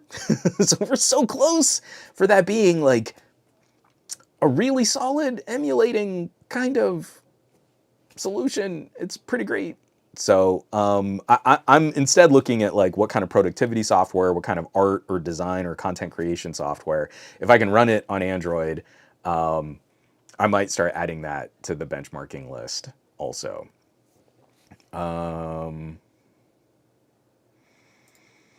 So Pat goes to note on the numbers, rendering and effects could be completely different on Android compared to PCs. Textures are definitely updated on those ports, but unless we can run something like Box 86 or Box 64 on the ARM hardware, direct comparison of the ports is not possible. So that's true. I can only speak to sort of the quality of the experience as it pertains to what I can see with the human eye.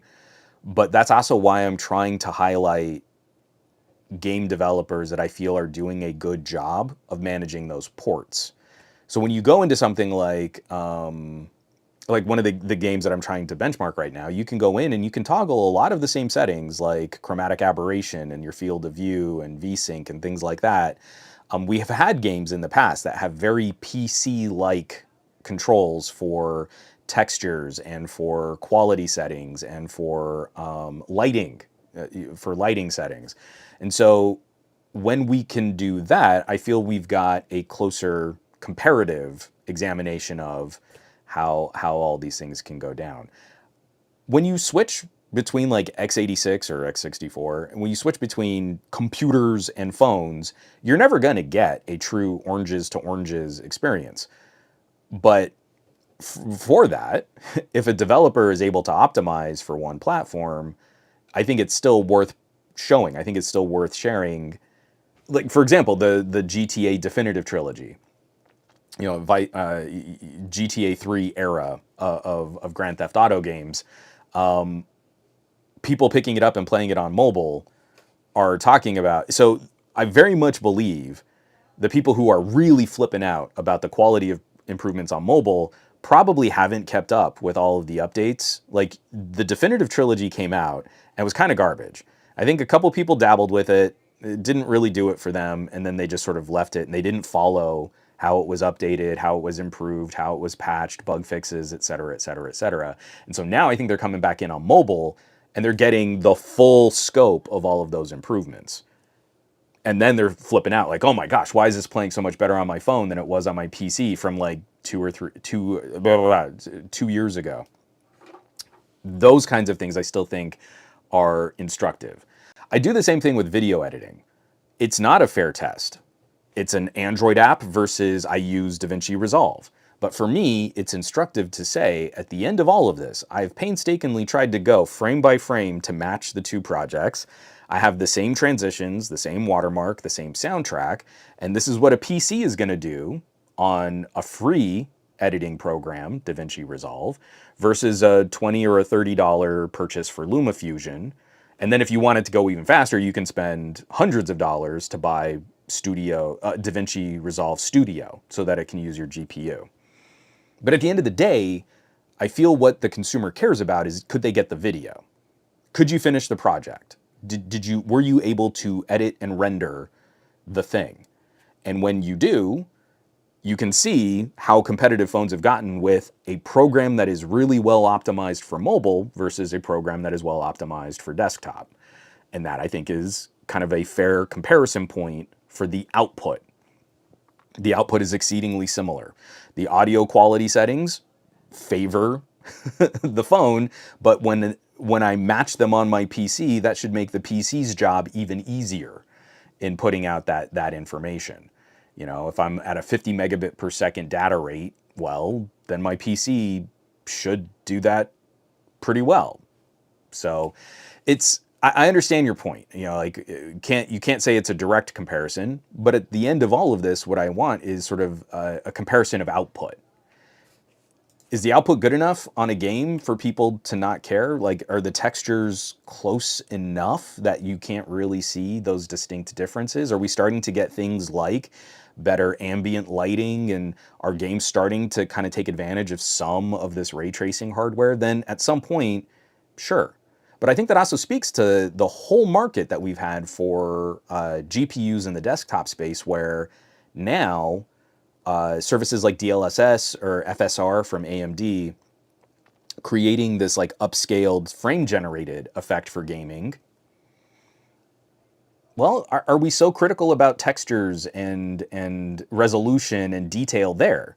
Because it seems like DLSS is kind of winning, part of this conversation where you can upscale a piece of video or a piece of gaming. You're not brute force rendering, 1440p or 4K gaming. You're actually rendering 1080p gaming and then moving it. You're up-resing it to a larger screen. So if that's the conversation we're having in the PC space, I don't feel as bad comparing a mobile port to a PC to look at these types of differences in the gaming experience. If it's a good game and it's rendered well and it performs well, then it's a good game that's rendered well and it performs well. Oh,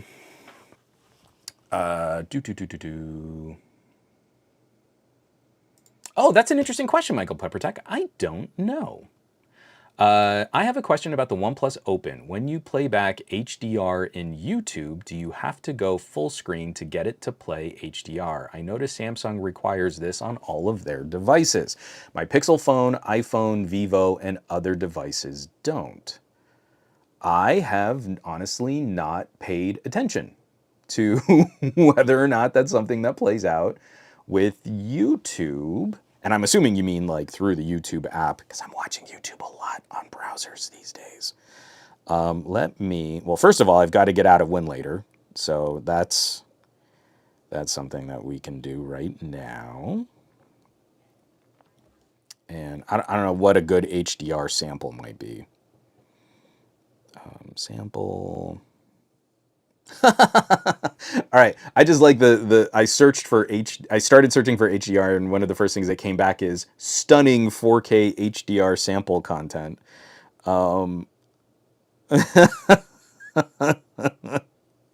So why don't we try something that's kind of a little wonderful 4K HDR 120 frame per second Dolby Vision demo. We'll click on that. Oh, no, let's turn that off. That stupid ad. Video will play soon. Oh, there are 3 ads on this. I'm going to take a drink of coffee while we wait for this to work out. All right. I don't think this is the actual, let's see, quality, auto quality. Now let's go advanced, 2160. It's going to apply to the current video, but it's not. Oh, this is definitely not 4K. Come on. Oh yeah, I don't know what the video is actually, or like where they got this sample of the video. Let me also turn up my screen brightness a little. Oh wait, maybe that just did it. I think it just clicked over. It looks a little sharper. So I full screen. Yeah, I don't know that it's looking any different when I go full screen or not. So I would imagine that OnePlus is not forcing. No, I think this is probably just playing straight. So to your question about when you play back HDR on YouTube, do you have to go full screen to get it to play HDR? It looks like it's just working fine. So if I just have the video playing in the YouTube app and it's playing like kind of in that PC style window, I don't know why I don't just try and show this. So here, so we've got that just kind of playing. Try and hold it a little closer to my face, just playing like that. And then when I full screen it, it looks pretty much the same. So I think it's probably fine. That sounds like a really funky thing from Samsung. So I'm not sure why that would be different. But again, my issues and ire with Samsung, I wouldn't be surprised if they just have some kind of arbitrary limit on how they handle HDR content. JMan150 is saying to check my posture, while Simon says Hypno says I need to stretch. And JMan150 says stretch. And Kyodorisanti says to hydrate. So give me a second just to drink some water.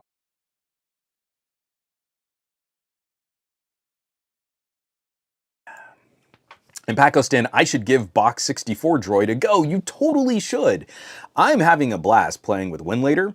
Just being able to, like, install programs. Like, I started with a bunch of old PC games, and that's fine. I mean, it's actually not that big of a deal, and often they're just so poorly optimized. They don't play great. But it's been so much fun just going through and trying to install different apps and services and software. Play with some of this stuff. Box 64 looks like it's really fun. Michael Pepper Tech saying, nice. Samsung dims it and changes the look if it's in split screen, picture-in-picture, or anything but full screen, basically. Actually, I wouldn't be surprised. Let me see. I wouldn't be surprised if HDR is broken. Come on, just unlock. I wouldn't be surprised if HDR is broken on split screen, because whatever the screen has to do to process, because it needs to change brightness and color settings, and it's got to do something different. That let's see if I'm going to try and do this live. This is probably going to fail trying to do it live. But let me just try and move my Firefox browser into split screen. And I think that looks dimmer. So I can't quite determine here in this moment, but with Firefox up, I was apparently searching for information on gas giants. Interesting. The Jovian cluster of planets here in our solar system. Let me move that over. Yeah, this is tough to do in this moment, especially with my studio lights down on me. I wouldn't be surprised if there's an issue where another app on screen does not require, or there are issues or a conflict between how another app functions and HDR content, unless some kind of global illumination setting is able to make everything brighter. I don't know. I am not qualified to comment on those kinds of display settings.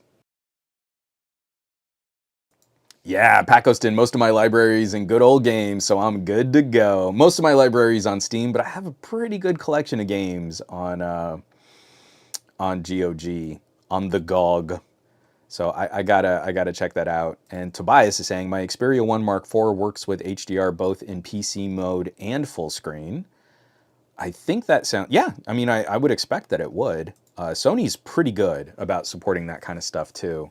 It's just really interesting to me, like how far we've gone down this HDR evolution for content. It is still a tremendous challenge to properly produce content that will look good on a variety of platforms. When I play with HDR samples from phones, it's mostly gonna look like garbage.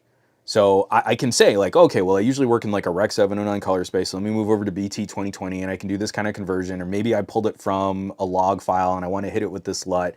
I want to export it to this. And as soon as I upload it to YouTube, I have no idea which phones or computers or tablets are going to look good. I don't know. I'm an audio guy by trade, but I do a lot of video editing just for all this. It's why I've still sort of defaulted to maybe punching up some of the saturation and vibrance in my video, but like I'm mostly just working in a standard, an SDR Rec 709 style editing space, because it's so unpredictable. I genuinely don't know, will this TV support it well? Am I looking at this standard? What if they've got this setting disabled?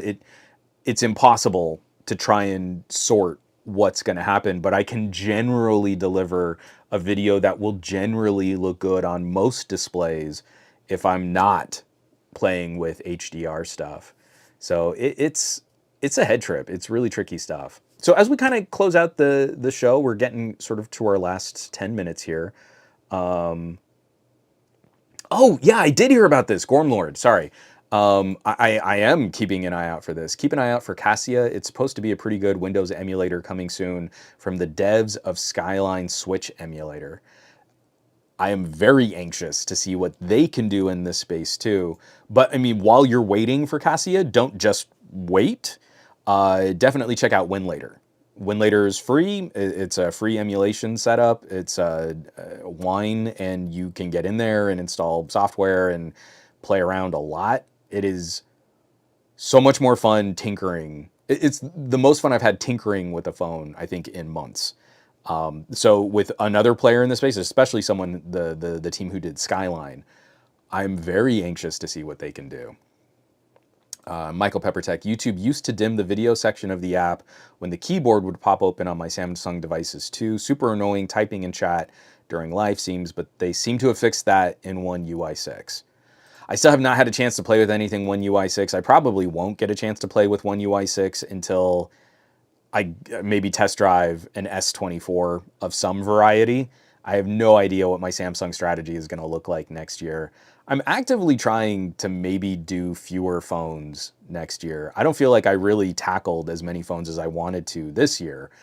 And I think I'm probably going to try and restrict some of that, but then also focus more on the extended conversation that I used to do.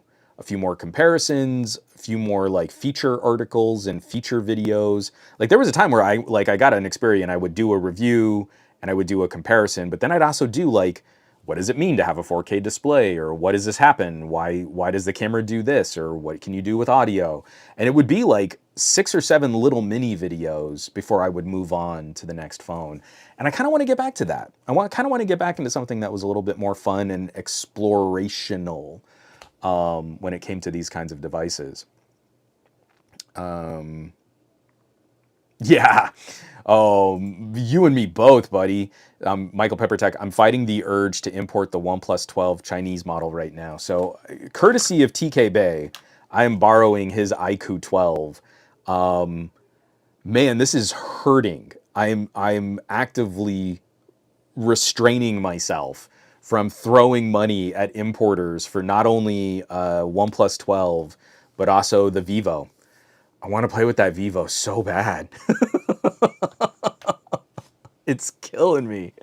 I'm hoping that maybe Vivo PR will still hook up a review model, but I don't think I'll be on their first wave of reviewers. I want to see the international model come out, whenever that might be. And then from there, if I haven't heard anything from them, I'm gonna have to bite the bullet. I need to play with that X100, and not just borrow it from someone. Like I'm probably gonna be living in that phone for quite a bit. So as we're kind of wrapping all this up, we've talked a lot about tech and some things like make sure you go and buy your family and friends Apple Watches before they are pulled from store shelves, or at least they're pulled from Apple's website for you to buy. But I was kind of curious to close out the show.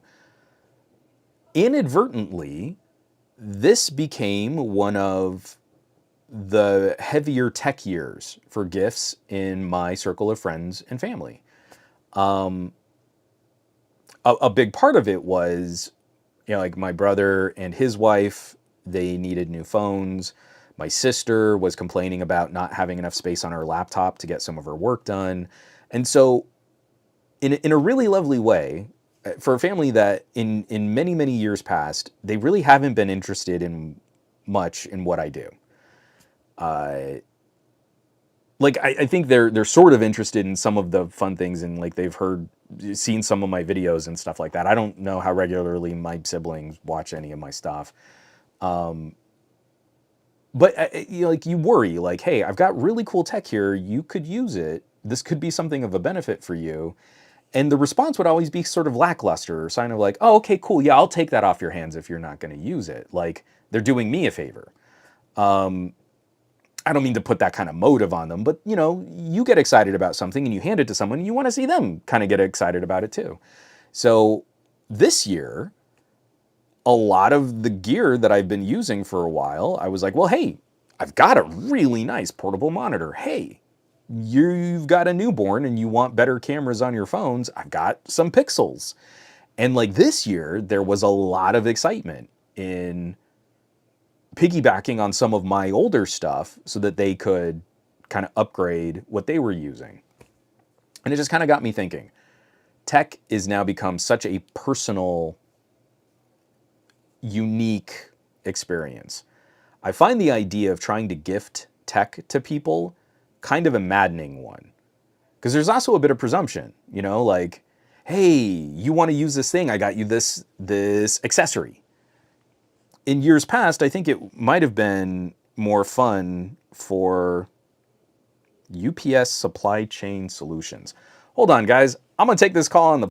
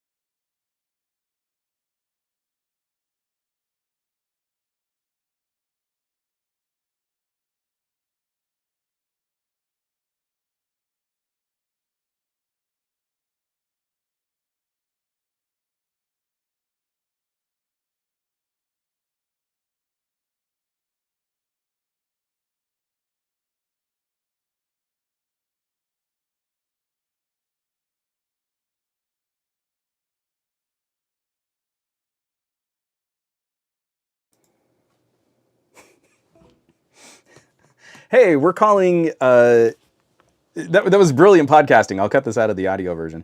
We're calling about a package you're getting from Hong Kong, and it's listed as a bracket. I don't. I don't know what that is. This is the one of the toughest aspects of being a tech reviewer is like someone might be shipping me something, and I genuinely don't know that they're sending it.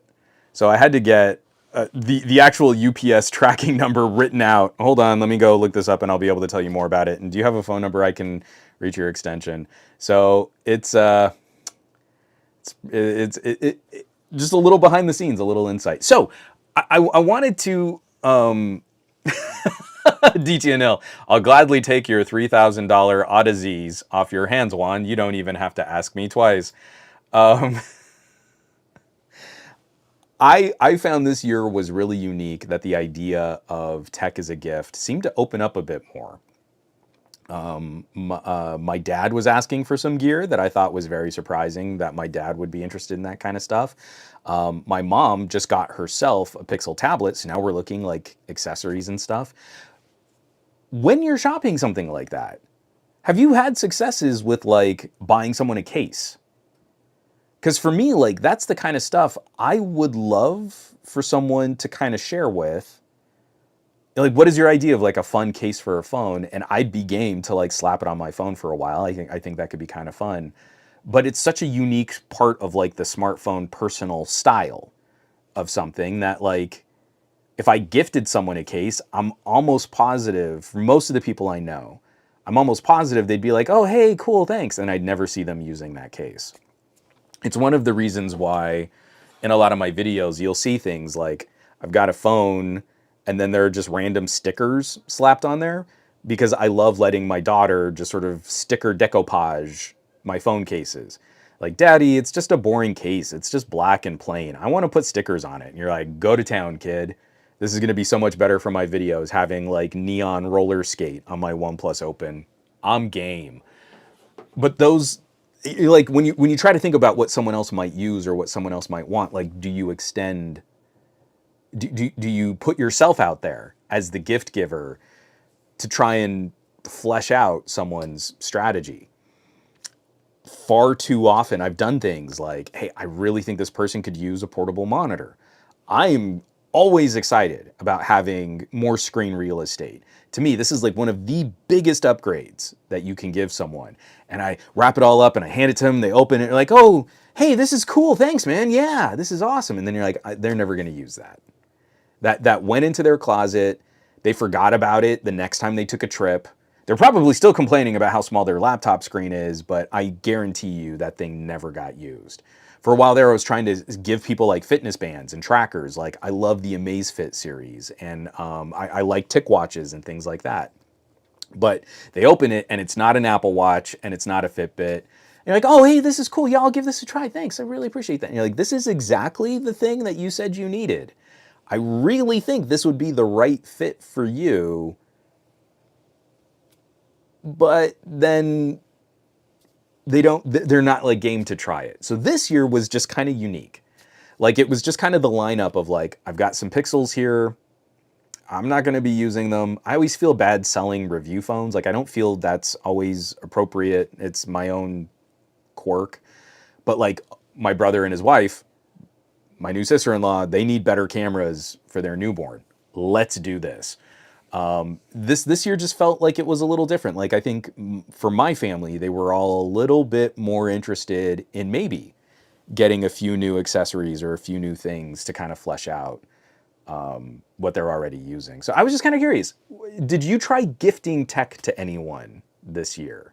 Did you try and hook someone up with, something big like a phone? Right now, I think that's a good buy for parents. Especially look around at your parents if they're rocking old phones. The gift of a reconditioned or refurbished or just cleaned up phone that we're using would be a really nice gift to kind of push that forward.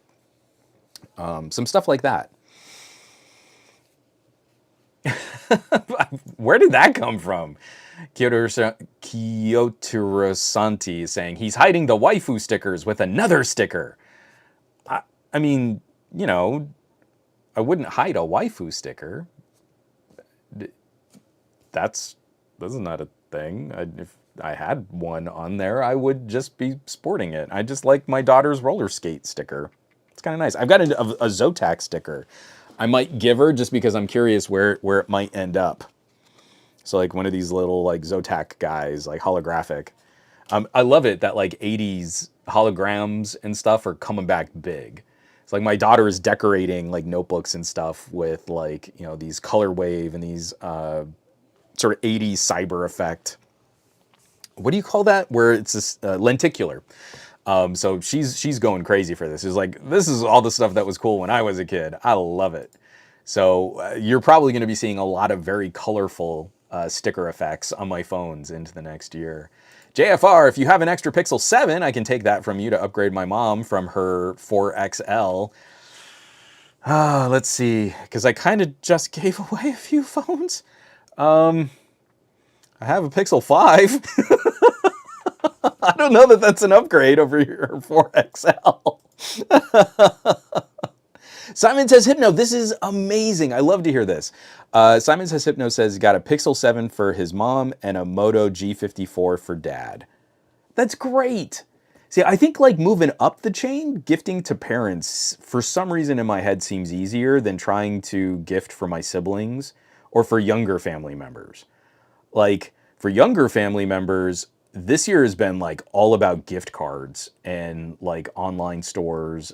So many like we've been doing the PlayStation gift cards at Costco because I think it's something like you get $100 worth of gift cards for like $85. So it's not a huge savings, but it's like that's pretty good if you're doing a lot of stuff on PlayStation. Like get those holiday PlayStation gift cards. But like lots of requests for things like, I want more Roblox bucks. And you're like, I can't do that for you, but I'll give you a Visa gift card. And then your parents can try to convince you to not spend a Visa gift card on Roblox. But I can't just go and buy you Roblox bucks. That hurts my soul. So there's been some of that. Simon Says Hypno, socks and slippers for Christmas Day itself. I'm tapped out. I need new slippers. I don't know if my wife is gonna catch any of the end of this podcast. She usually watches like the intro. She doesn't stick around for like the end of the show. I need a new pair of slippers. I had those really nice like tan kind of leather soft what's that? It's like a fake fur inner material. I don't know what happened to them. They're gone. I think Lex played with them one time and then somehow they disappeared. I've never gotten them back, never found them.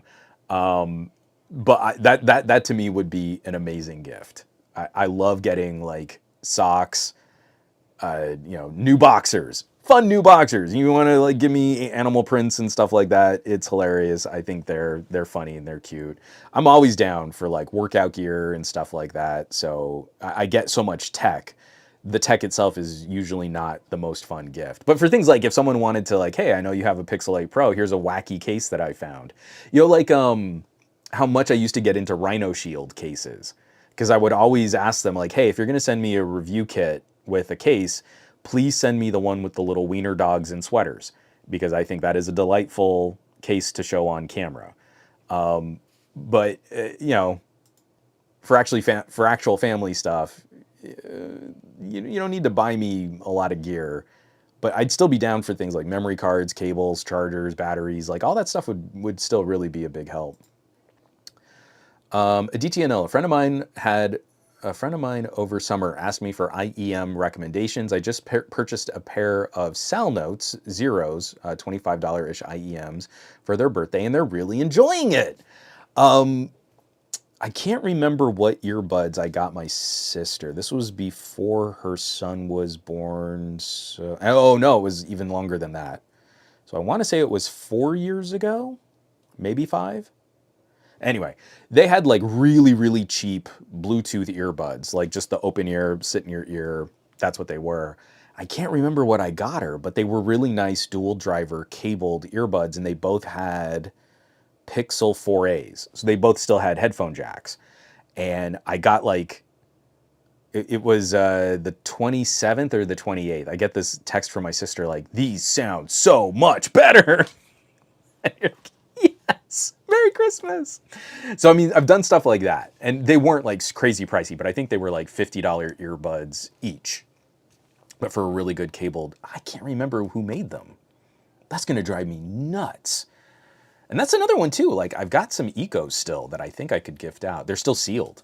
They did like we're going to send you every single color of this earbud. And you're like, I'm not going to unbox 8 different pairs of earbuds, but you know, now I've got 2 pair that are still sealed up. I might need to give those away too. From Gormlord, I like shopping for my dad. He doesn't do a lot of tech, but he gets excited when I get him some fun tech. This year I got some smart electronics for his home office. I love that. It's really fun when, oh, I didn't even know that this thing existed. And you're like, yeah, I know, it's going to be super cool. I'm playing with a few other little things here. The folks at Canon sent over like their little webcam-y thing, whatever this PowerShot, what is it called? The PowerShot Pick. And I'm playing with it. And actually there's someone I know who I think would really be into this. It's just like a cute little like vlogging style camera. You set it up and then it like tracks you. It's going to be an interesting fight because it's a lot more electronics, hardware, and motors for something that a 360-degree camera can also probably pull off almost as well. But again, it's like these little experiences and these fun things, that's the kind of stuff I would want to share just to see someone go like, oh, hey, that's really cute. So, you know, it's even more fun when they don't even know like what's out there. From Malik, I didn't gift old tech, but I did upgrade my parents from an iPhone SE 2nd gen to an iPhone 13 and a Moto Edge 2022. Total cost $150 and adding a new line. Malik, goodbye. I actually have my Moto Edge Plus right here, but the that sort of more mid-ranger Moto Edge. And the iPhone 13 is just, mwah, chef's kiss.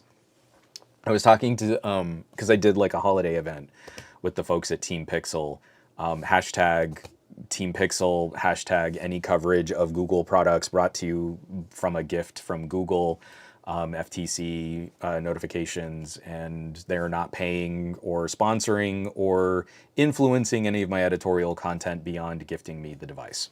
Done. I was talking to 2 fitness and sports content creators, people I've never seen their channels before, but they do really cool stuff. And we're chatting, and you're like, they're both on iPhone 15s now, and they're both, and I was like, I kind of wish I could just go back to my 13 because the battery life was so much better. And I want to say, when reviewers tackle this stuff, we should try to say, hey, it's more powerful, but that also means you don't get as much runtime. But yeah, if you had to pick any older iPhone, the 13 is the champ. That is still, I think, the GOAT of battery performance for all phones ever made. And now, like, I think maybe some of the closest we can get for that would be something like a OnePlus 11 running that 8 Gen 2. Very, very well bought. Very, very well bought. Go Starscream, you know you're getting old when you receive clothes for gifts. So, you know you're getting old when you receive clothes for gifts and you really dig it. Like, not just, someone just buys me like a 10-pack of sport socks. That's not exciting. What I get excited about is when someone finds me like wacky holiday socks. My wife got me Doctor Who socks, and it's just tortoises all over my socks. I'm here for it. My daughter found some Batman socks that I can't really wear ever because they have little capes. So like you pull the sock all the way up, and at the top of the sock hole is a little cape, and it doesn't fit my pants right. But they're adorable Batman socks. And you just have these little capes flapping off of your calves. JFR. And again, you're like, we maybe need to teach our parents about gracious gift receiving, JFR. JFR says, I gave my mom an iPhone and an iPad. She took the iPad, but not the iPhone. That's horrible. First of all, JFR, good on you. That is an amazing combo gift. I apologize for your mother lacking the social grace to receive the gift appropriately. and to appreciate what you've done for her. Oh, that's hilarious. Sorry, man. It's like, no, I know what I want. I want that iPad. See, Michael Peppertech, I love like continuing on the chain of tech. Every time I've upgraded my Apple Watch, I've gifted my old one to one of my parents. Like, I know we get caught up as reviewers. We get caught up in like, well, we're going to talk about this product and the MSRP is this, but we also know there are going to be these great trade-in deals or these BOGO offers or these other ways that you can shop savvy. I worry that we've put so much pressure on the yearly FOMO trade-in deal for a lot of our tech enthusiast audiences here. We've missed the aftermarket effects of keeping good tech in the hands of people really using it. And you give someone an older phone and it becomes just like a media player or, you know, like a little gaming device or just something like that. That tech stays out of a landfill. It's not getting recycled where only some components can really be pulled out and some rare earth elements can be rescued. And it lives on. And it lives on in a way where that person didn't need to buy a lesser than device. You've heard me harp on about like LG phones. You know, I've got my LG V50 right here in front of me. And this is an astoundingly good media player. Like quad DAC, dual displays. The cameras are still pretty good. I don't know that I'd really rock a ton of video coverage from an LG today, but it's also an amazing audio recorder. Not just the mics built in, but for its ability to take a mic insert, a mic input. Like this could be a good replacement for a high quality memo recorder, a high quality DAP, a high quality just portable media player. And it's a really, really old phone. It's an almost 5-year-old phone now, but you could keep this out of a landfill, hand it to someone who's going to use it, and then they wouldn't have to buy a standalone MP3 player. Not only would they not need to buy one, they would be kind of spoiled by how good this was at playing music. And then when they are in the market to shop for some kind of follow-up device, it would be significantly more expensive for them to replace what the quad DAC does well on a 5-year-old LG. You can kind of spoil them, right? So it's like keeping it going, you know? Like if you take care of your gear and it's still in good condition, I wish we could get other members of our family to kind of appreciate that a little bit more. Because you know people that like would receive that and would kind of go, oh, hey, cool, thanks. And then like never use it, or they'd throw it away, or just end up in a drawer, or maybe they try and sell it. And you're like, no, I want you to try this because I think you would really use it. It would really be good for you though. Oh, JFR, she's still in love with her Pixel 4 XL, but hey, I can't blame her, you know. That's hilarious. So that's what my mom was doing for the longest time. For her, it was the OnePlus 6 and her iPad. And this year she decided she wanted to try the Pixel Pad, so she went and got one of those. But I think she's looking, if not now, but pretty soon, for flipping her phone and maybe getting something new. So I'll be curious to see where she ends up. She might end up with like another OnePlus. She's just really liked her OnePlus 6 and it's lasted her a shockingly long time. 6 years. It's she's been on that phone for 6 years. Oh, Dave Burns, I know, man. I'm just here holding on to my OnePlus 9 Pro for dear life, waiting for whatever version of this phone is next to come.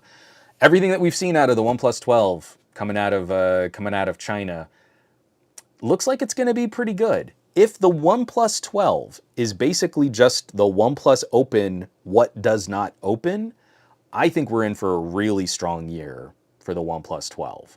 And I think now you would finally have a good upgrade path from the OnePlus 9 Pro. You would lose the ability to shoot 4K at 120 frames per second, but you would gain higher tier performance. Hopefully we won't lose the video output from the USB-C port. The cameras will get a little bit better. What's funny is going from OnePlus 9 to OnePlus 9 Pro to OnePlus 12 is kind of a lateral move. It's like it took us all of those years to just replace the better ultra-wide camera sensor. The OnePlus 9 Pro had one of the all-time best ultra-wide camera sensors that I don't think has been bested except for the Oppo Find X6 Pro. So you're finally moving on. You'll get kind of a comparable ultra wide. You'll get a better low light processing main camera, but it's not going to shoot video as fast. And then you'll get a better telephoto. So if we just did nothing but take the OnePlus Open and turn it into a traditional slate phone, I think you'll be in good territory.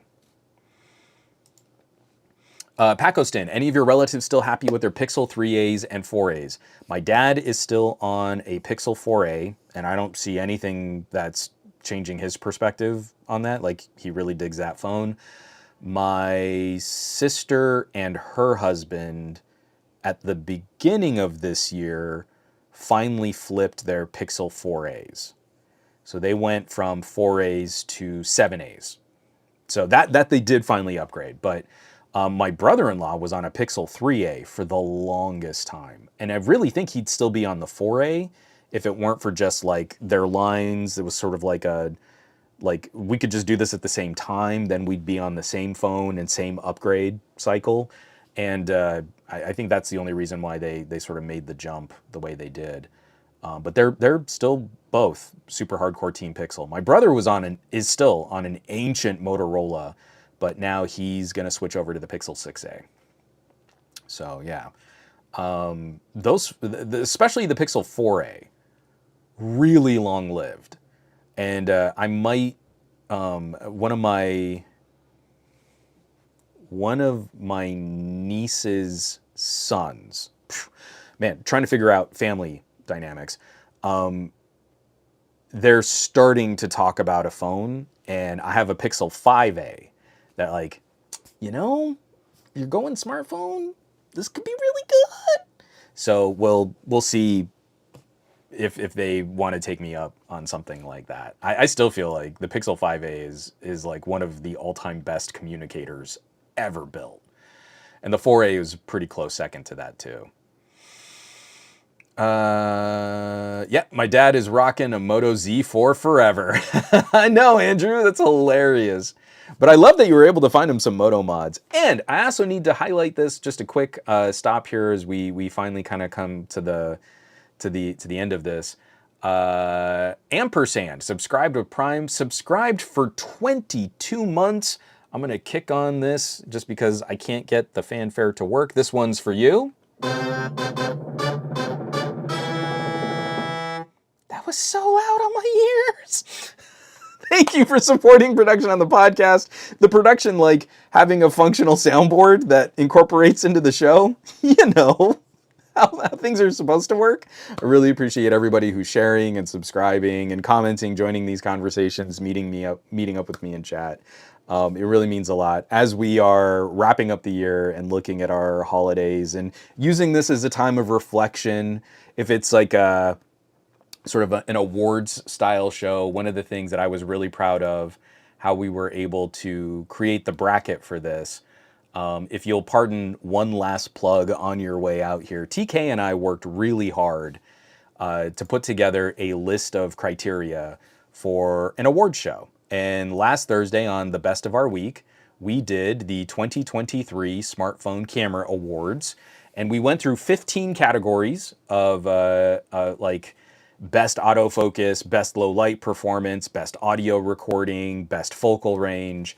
And it really meant a lot to us when people turned out and caught that. It's a little buddy podcast. It's not like a well-produced news show, 1 hour tops with bumpers and segments and stuff like that. It's really, TK and I like to talk every week. And if you would just like to listen in on our phone call, two old nerds just catching up with what we've been doing. But this last week was something kind of special where we did try to put together our criteria, why we were judging things the way that we were. And it really, for me, it was a really fun challenge because like you would start putting stuff together and be like, oh, I thought this would be an easy category. This category is actually really difficult. What do I value in a phone being able to do this? And we really, I think, whittled down some fun winners. A few of them kind of took me by surprise. Like, oh, the more I really think about what this category means, the more my favorite phone isn't the phone that should win it. And that as a way that I like to talk about competition a lot. It's something that I soapbox on a lot. But when you look at piece by piece by piece by piece, it really does matter. That a phone does this better than another phone, or a camera can do this better than another camera. That might make someone's purchasing decision, and I feel it's that kind of nuance we often lose in smartphone camera reviews, where I'm stealing this from people who do legit reviews of actual cameras. There's a reason why Panasonics haven't been good at some types of videography, and there are reasons why Sony has kind of dominated a certain tier of this market, and there are interesting things happening with OM systems and Canon and Nikon, and watching all these players kind of battle back and forth. That's true of our phone cameras too. That stuff can influence, and it does matter when someone's in the moment trying to capture a memory, or they're trying to produce something with a vision or with purpose. So, Best of Our Week, the 2023 Smartphone Camera Awards. They're live on the Best of Our Week YouTube channel, which if you're watching this stream on YouTube, you're probably, you can catch that immediately after, or you can go to somegadgetguy.com, where I've posted it separately for, it was episode 144 of the Best of Our Week podcast. So, let's get this out of... Oh, Aditya, thanks, man. I really appreciate that. The Best of Our Week camera awards were really good. Low-key, you've redefined how I want my camera awards to be done from now on. And I promise you, it is not just a series of looking at pixel-peeped images side by side of lazily composed selfies. It's not what we were doing. We are looking at specific categories of performance, operation, output, and then we have some general, like our favorite pro modes, our favorite point and shoots, and our just general overall favorite phones for the year. So it's 15 individual criteria, 15 individual categories of awards. I might actually write up emails, just like make a little graphic and just say, hey, congratulations, you won the Best of Our Week Best Autofocus Award for 2023. Whew. All right, folks. I'm not going to be back next week. Next week, I need to take off for Christmas Day. I need that time with my family. I'm not entirely sure. Actually, I should just check right now while I have you all here on the stream. Just going to open up the calendar that I actually really do use. Let's do that instead. Good job, Juan. And calendar. And so next Monday is December 25th. I will not be joining you December 25th. I might not be joining you January 1st. New Year's morning, I feel like that should be time where I just get to hang out with Lex. If there is some interest in following up Christmas and New Year's, because we've finished Hanukkah, but just wrapping up the holiday season, please reach out to me on social media, and let's see if we could maybe do a special Tuesday episode of the Monday Morning Tech Chat show, and maybe we can rejoin January 2nd. But these are the moments, especially with my daughter still being sort of young, I really want to take that time to spend and like really celebrate the magic of Santa Claus coming to visit, and the staying up late and watching fireworks. I think this is the first year we might actually try to catch the East Coast feed. So like for the last several years, we get to New Year's Eve, and what we do are we just play fireworks at like 7 p.m. from previous years, like fireworks celebrations, because she hasn't really noticed. So this year we might try to catch the ball drop East Coast time, which means she'll be up late for her, but she'll be, hopefully in bed by like 9:30. Fingers crossed it goes well, but knowing that we're going to do that, I'm going to need to be on best dad alert for New Year's morning, for New Year's Day. So I don't think I can do a podcast New Year's Day, but if you would like, we can all recover together for January 2nd. So maybe we'll pencil that in and we'll come back. DT Anil, Juan, the deceiver, the time manipulator. It's such a dirty trick. But she can't stay up that late. She's a lovely child, but she turns into just a wicked monster when she is off her sleep schedule. And this is really for her benefit as well as ours, that she just get a good night's sleep. So we'll see. So, folks, happy holidays. As always, my wish is that you are safe, that you are warm, that you're really well fed. This is the time of year, go get your snacks, your treats, and your favorite comfort foods. But that you also get to spend some time with people who care about you. And this is the right time of year to make that effort, to spend that time, to reflect, to look back, to build the goals for where you want to go and what you want to do next year. And it always means the world to me that we get to share these conversations every week, and I'll be looking forward to sharing these conversations with you in the new year. So from my family to yours, just a toast of cold coffee right now. I wish you the happiest holidays and the merriest of Christmases and the happiest of Hanukkahs. And I'm spacing on the other holidays that should be included in this as we look to the celebration of wrapping up 2023 and starting off 2024. And I hope you get to have all of the fun in making that move and making that transition. Be safe. Take care. I'll catch you back. I love you all.